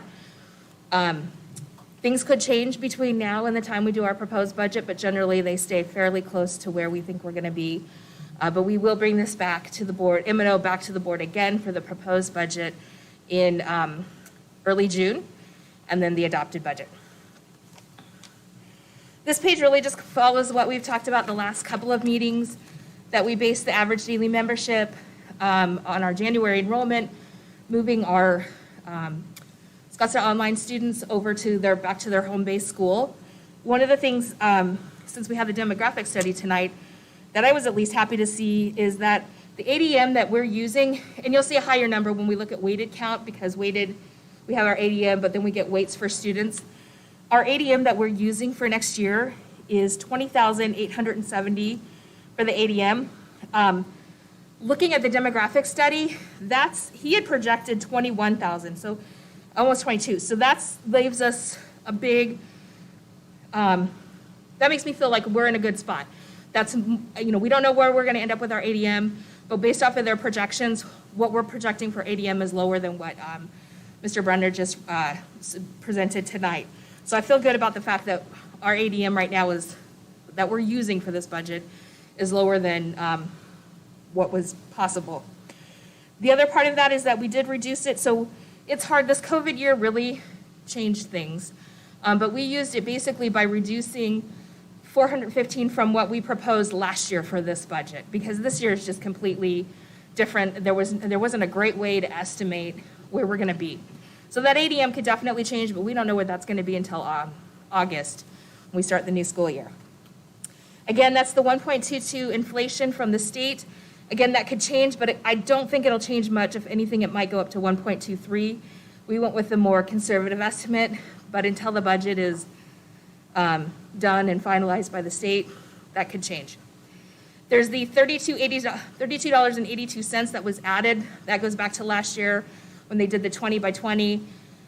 A portion of that 20 by 20 money from last year went to Classroom Site Fund. It's going to be pulled out of Classroom Site Fund and moved back into M&O. And that's based off of what the JBLC gave us. And then again, state retirement, unfortunately, will increase again next year ever so slightly. So like I said, we did use, the ADM that we used was 20,000. When you see 28,000, it's because students have different weights depending on what grades they're in, also depending on special needs and ELL. With that, nothing really changes on this slide from what we've showed the last two times. The base level we still have is the same. Teacher experience index is the same. So nothing really changes here to get us our revenue control limit. What changed is that we had been figuring about $9 million to carry over. When I first started putting this budget together and thinking about it, I was really concerned because we'd lost so many students this year. Our funding was down from what we originally thought. We didn't get as much as we thought that we would get from the Enrollment Stabilization Grant. And so my thought was, let's go conservative. Looking at where we are now in the year, for this year, we're doing very well. When we start looking at this year compared to prior years with expenditures, so even though our revenue is down, our expenditures are down as well. Because of that, I bumped it up to $9.5 million. That is exactly 6% of our budget for this year. I definitely think we can make the 9.5 million. If we have more than that, we'll start looking at what do we do. One of the things that we had pulled out this year is, to balance the budget, was not paying the property casualty liability payment to the self-insurance trust. If we get to the end of the year and I can make that payment and still keep us at 9.5, then it would be prudent to make that payment and do that. But definitely, I think we can hit the 9.5 million for this year. That's really the only thing that changed here, but obviously changing the budget merit carry forward also then bumps up our budget by 500,000. So with that, we still kind of start off with a deficit, but it's not as much as what we originally thought. That puts our deficit from where we started our budget this year to our budget estimate for next year is $2.1 million deficit. But we've got some strategies to fix that and also to be able to give raises. We had projected 25 certified vacant position reductions. I believe Dr. Bowman sent that information over to you. When I looked at it today, it actually said 27. But that's okay, 25, 27, it's close enough. And we did that based off of, the amount that I come up with is based off of the average teacher salary. So we have a little bit of flex in there because salaries vary depending on if you're MA 72 versus a bachelor with 0. So we'd used it based off of an average of what the teachers cost. 48.75 classified positions were reduced. Those were all vacant positions. Most of them were in transportation, where we had just ended up with far more positions for bus drivers and aides than we will ever need, or that I think we will ever need. I looked to see where did this happen? And I will tell you, it was also in our budget for this year, it was in our budget for last year. We don't need those, so we cut those out. In addition, there was a couple of positions that had been on hold for a couple of years, meaning that we didn't want to eliminate them a few years back, but they've just continued to roll over. So we targeted those positions so that we could make those eliminations, but again, not affect anybody currently working with the district and not affect departments in their ability to be able to staff and get the things done that we need to get done.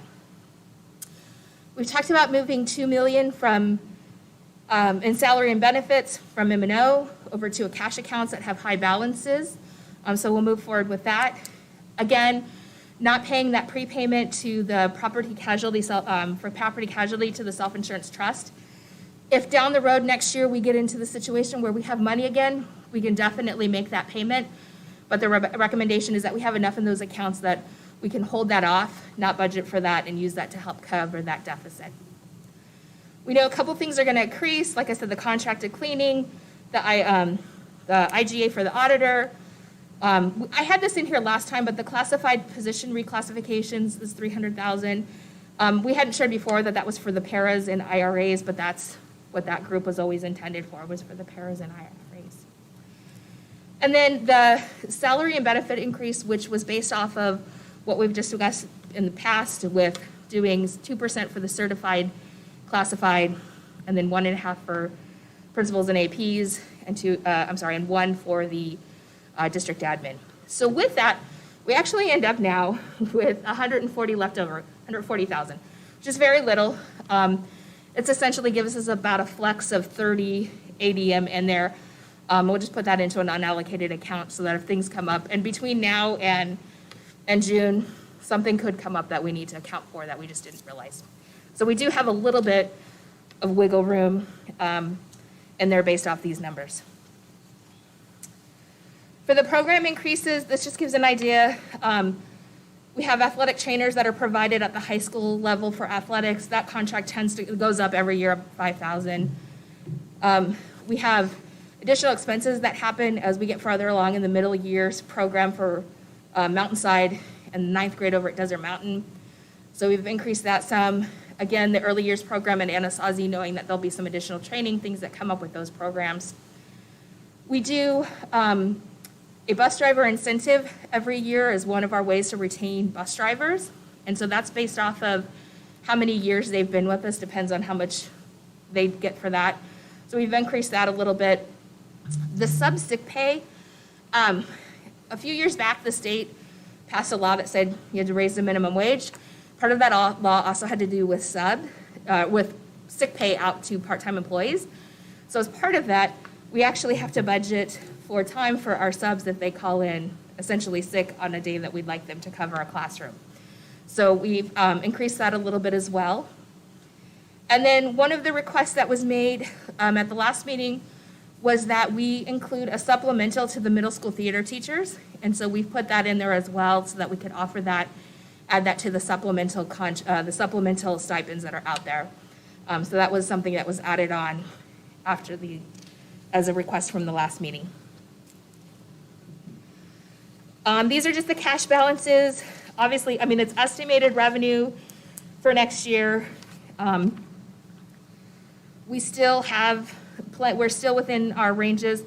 I will say with the community education, yes, they are lower this year. We're going to do some things to help them because they've lost so much of their revenue this year. So we'll do some things. We're going to move some expenditures to the CARES grant to help offset some of that.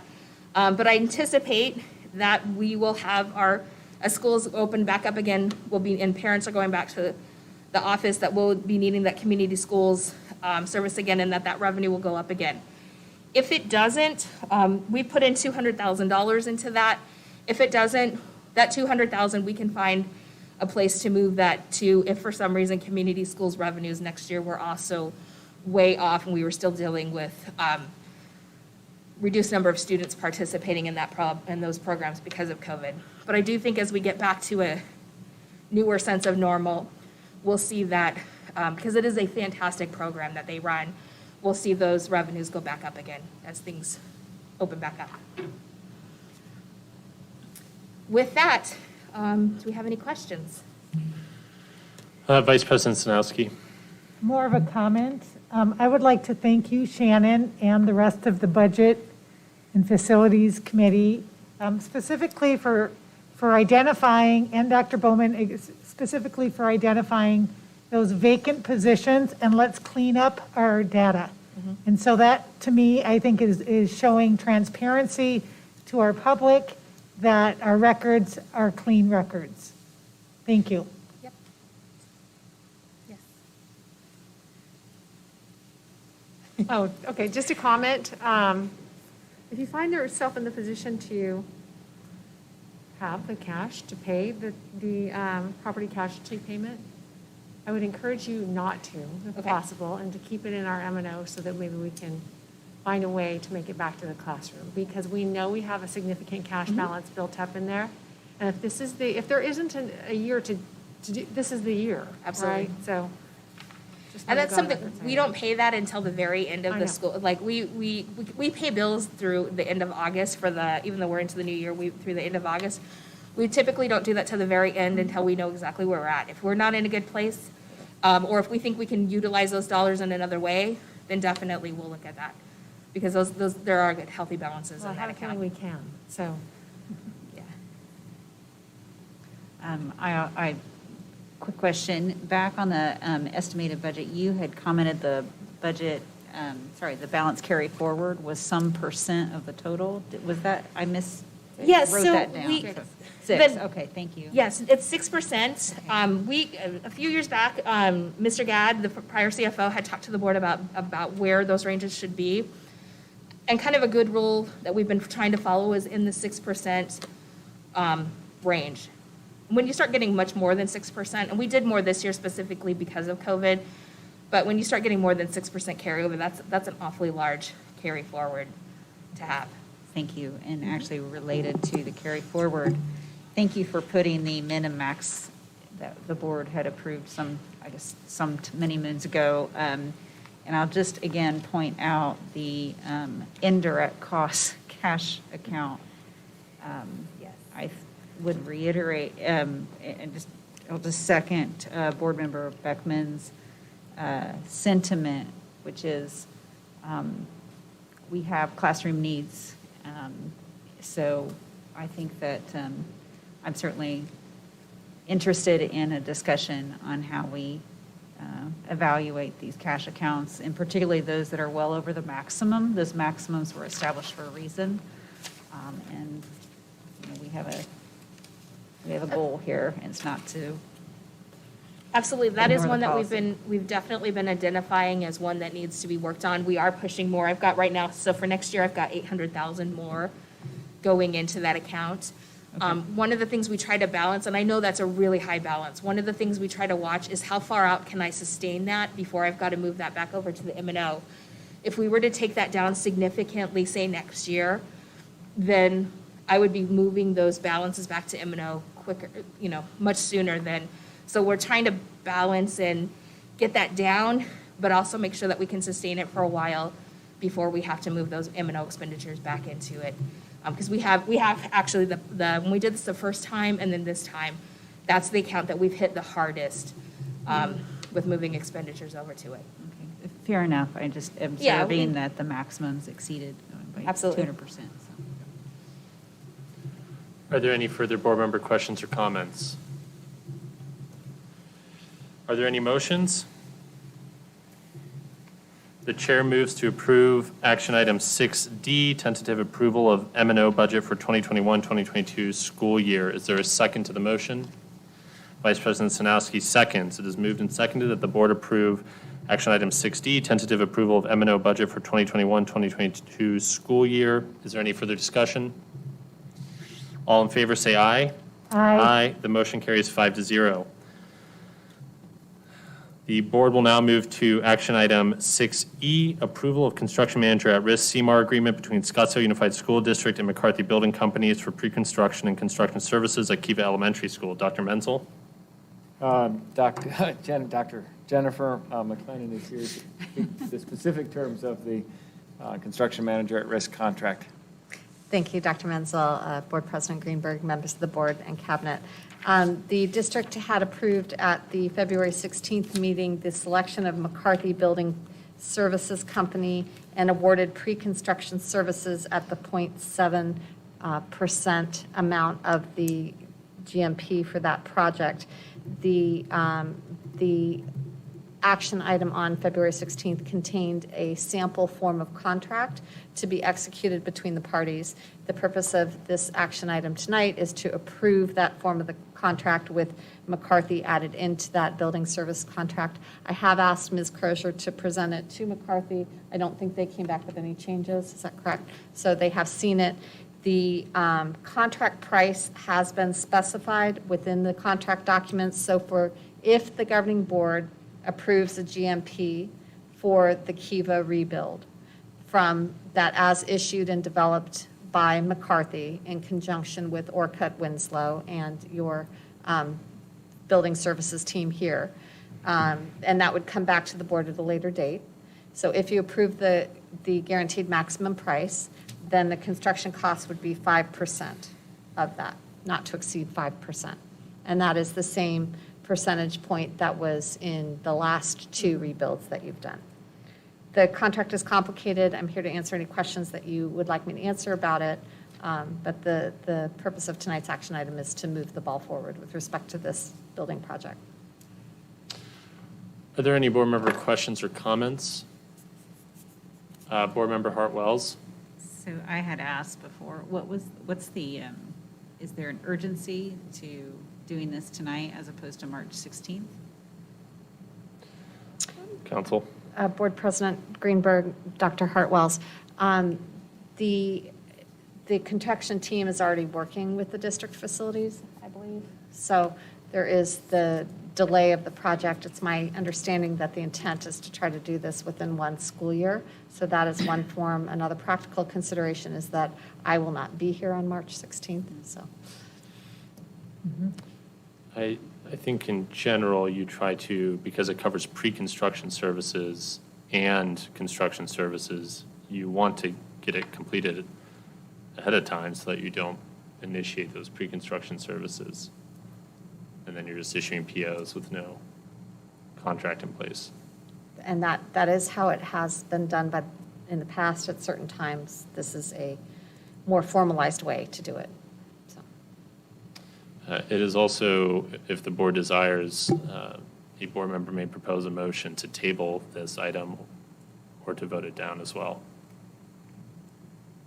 The reason I asked was just in full transparency is it is a long, complicated contract, and I have not had an opportunity to go through it in its entirety. So for that reason, if you want to proceed, I will not vote on it because I do not feel comfortable doing so. Thank you. Are there any further board member questions or comments? Dr. Hart-Wells, when you have had a chance to review it, if you want to sit down with me, I'm happy to review it with you. Thank you. And Thank you. I'd suggest that Dennis be there as well, Dennis Rohlberg. Thank you. I agree. These are long and complicated contracts, and they are very industry-specific. and extremely complex even within the industry. So there are not a whole lot of people in general who are well-versed in this. But I do trust that our legal counsel has thoroughly vetted these agreements. Of course, things slip through the cracks no matter how many eyes are on it, but I am very, I think our legal counsel has done a good job.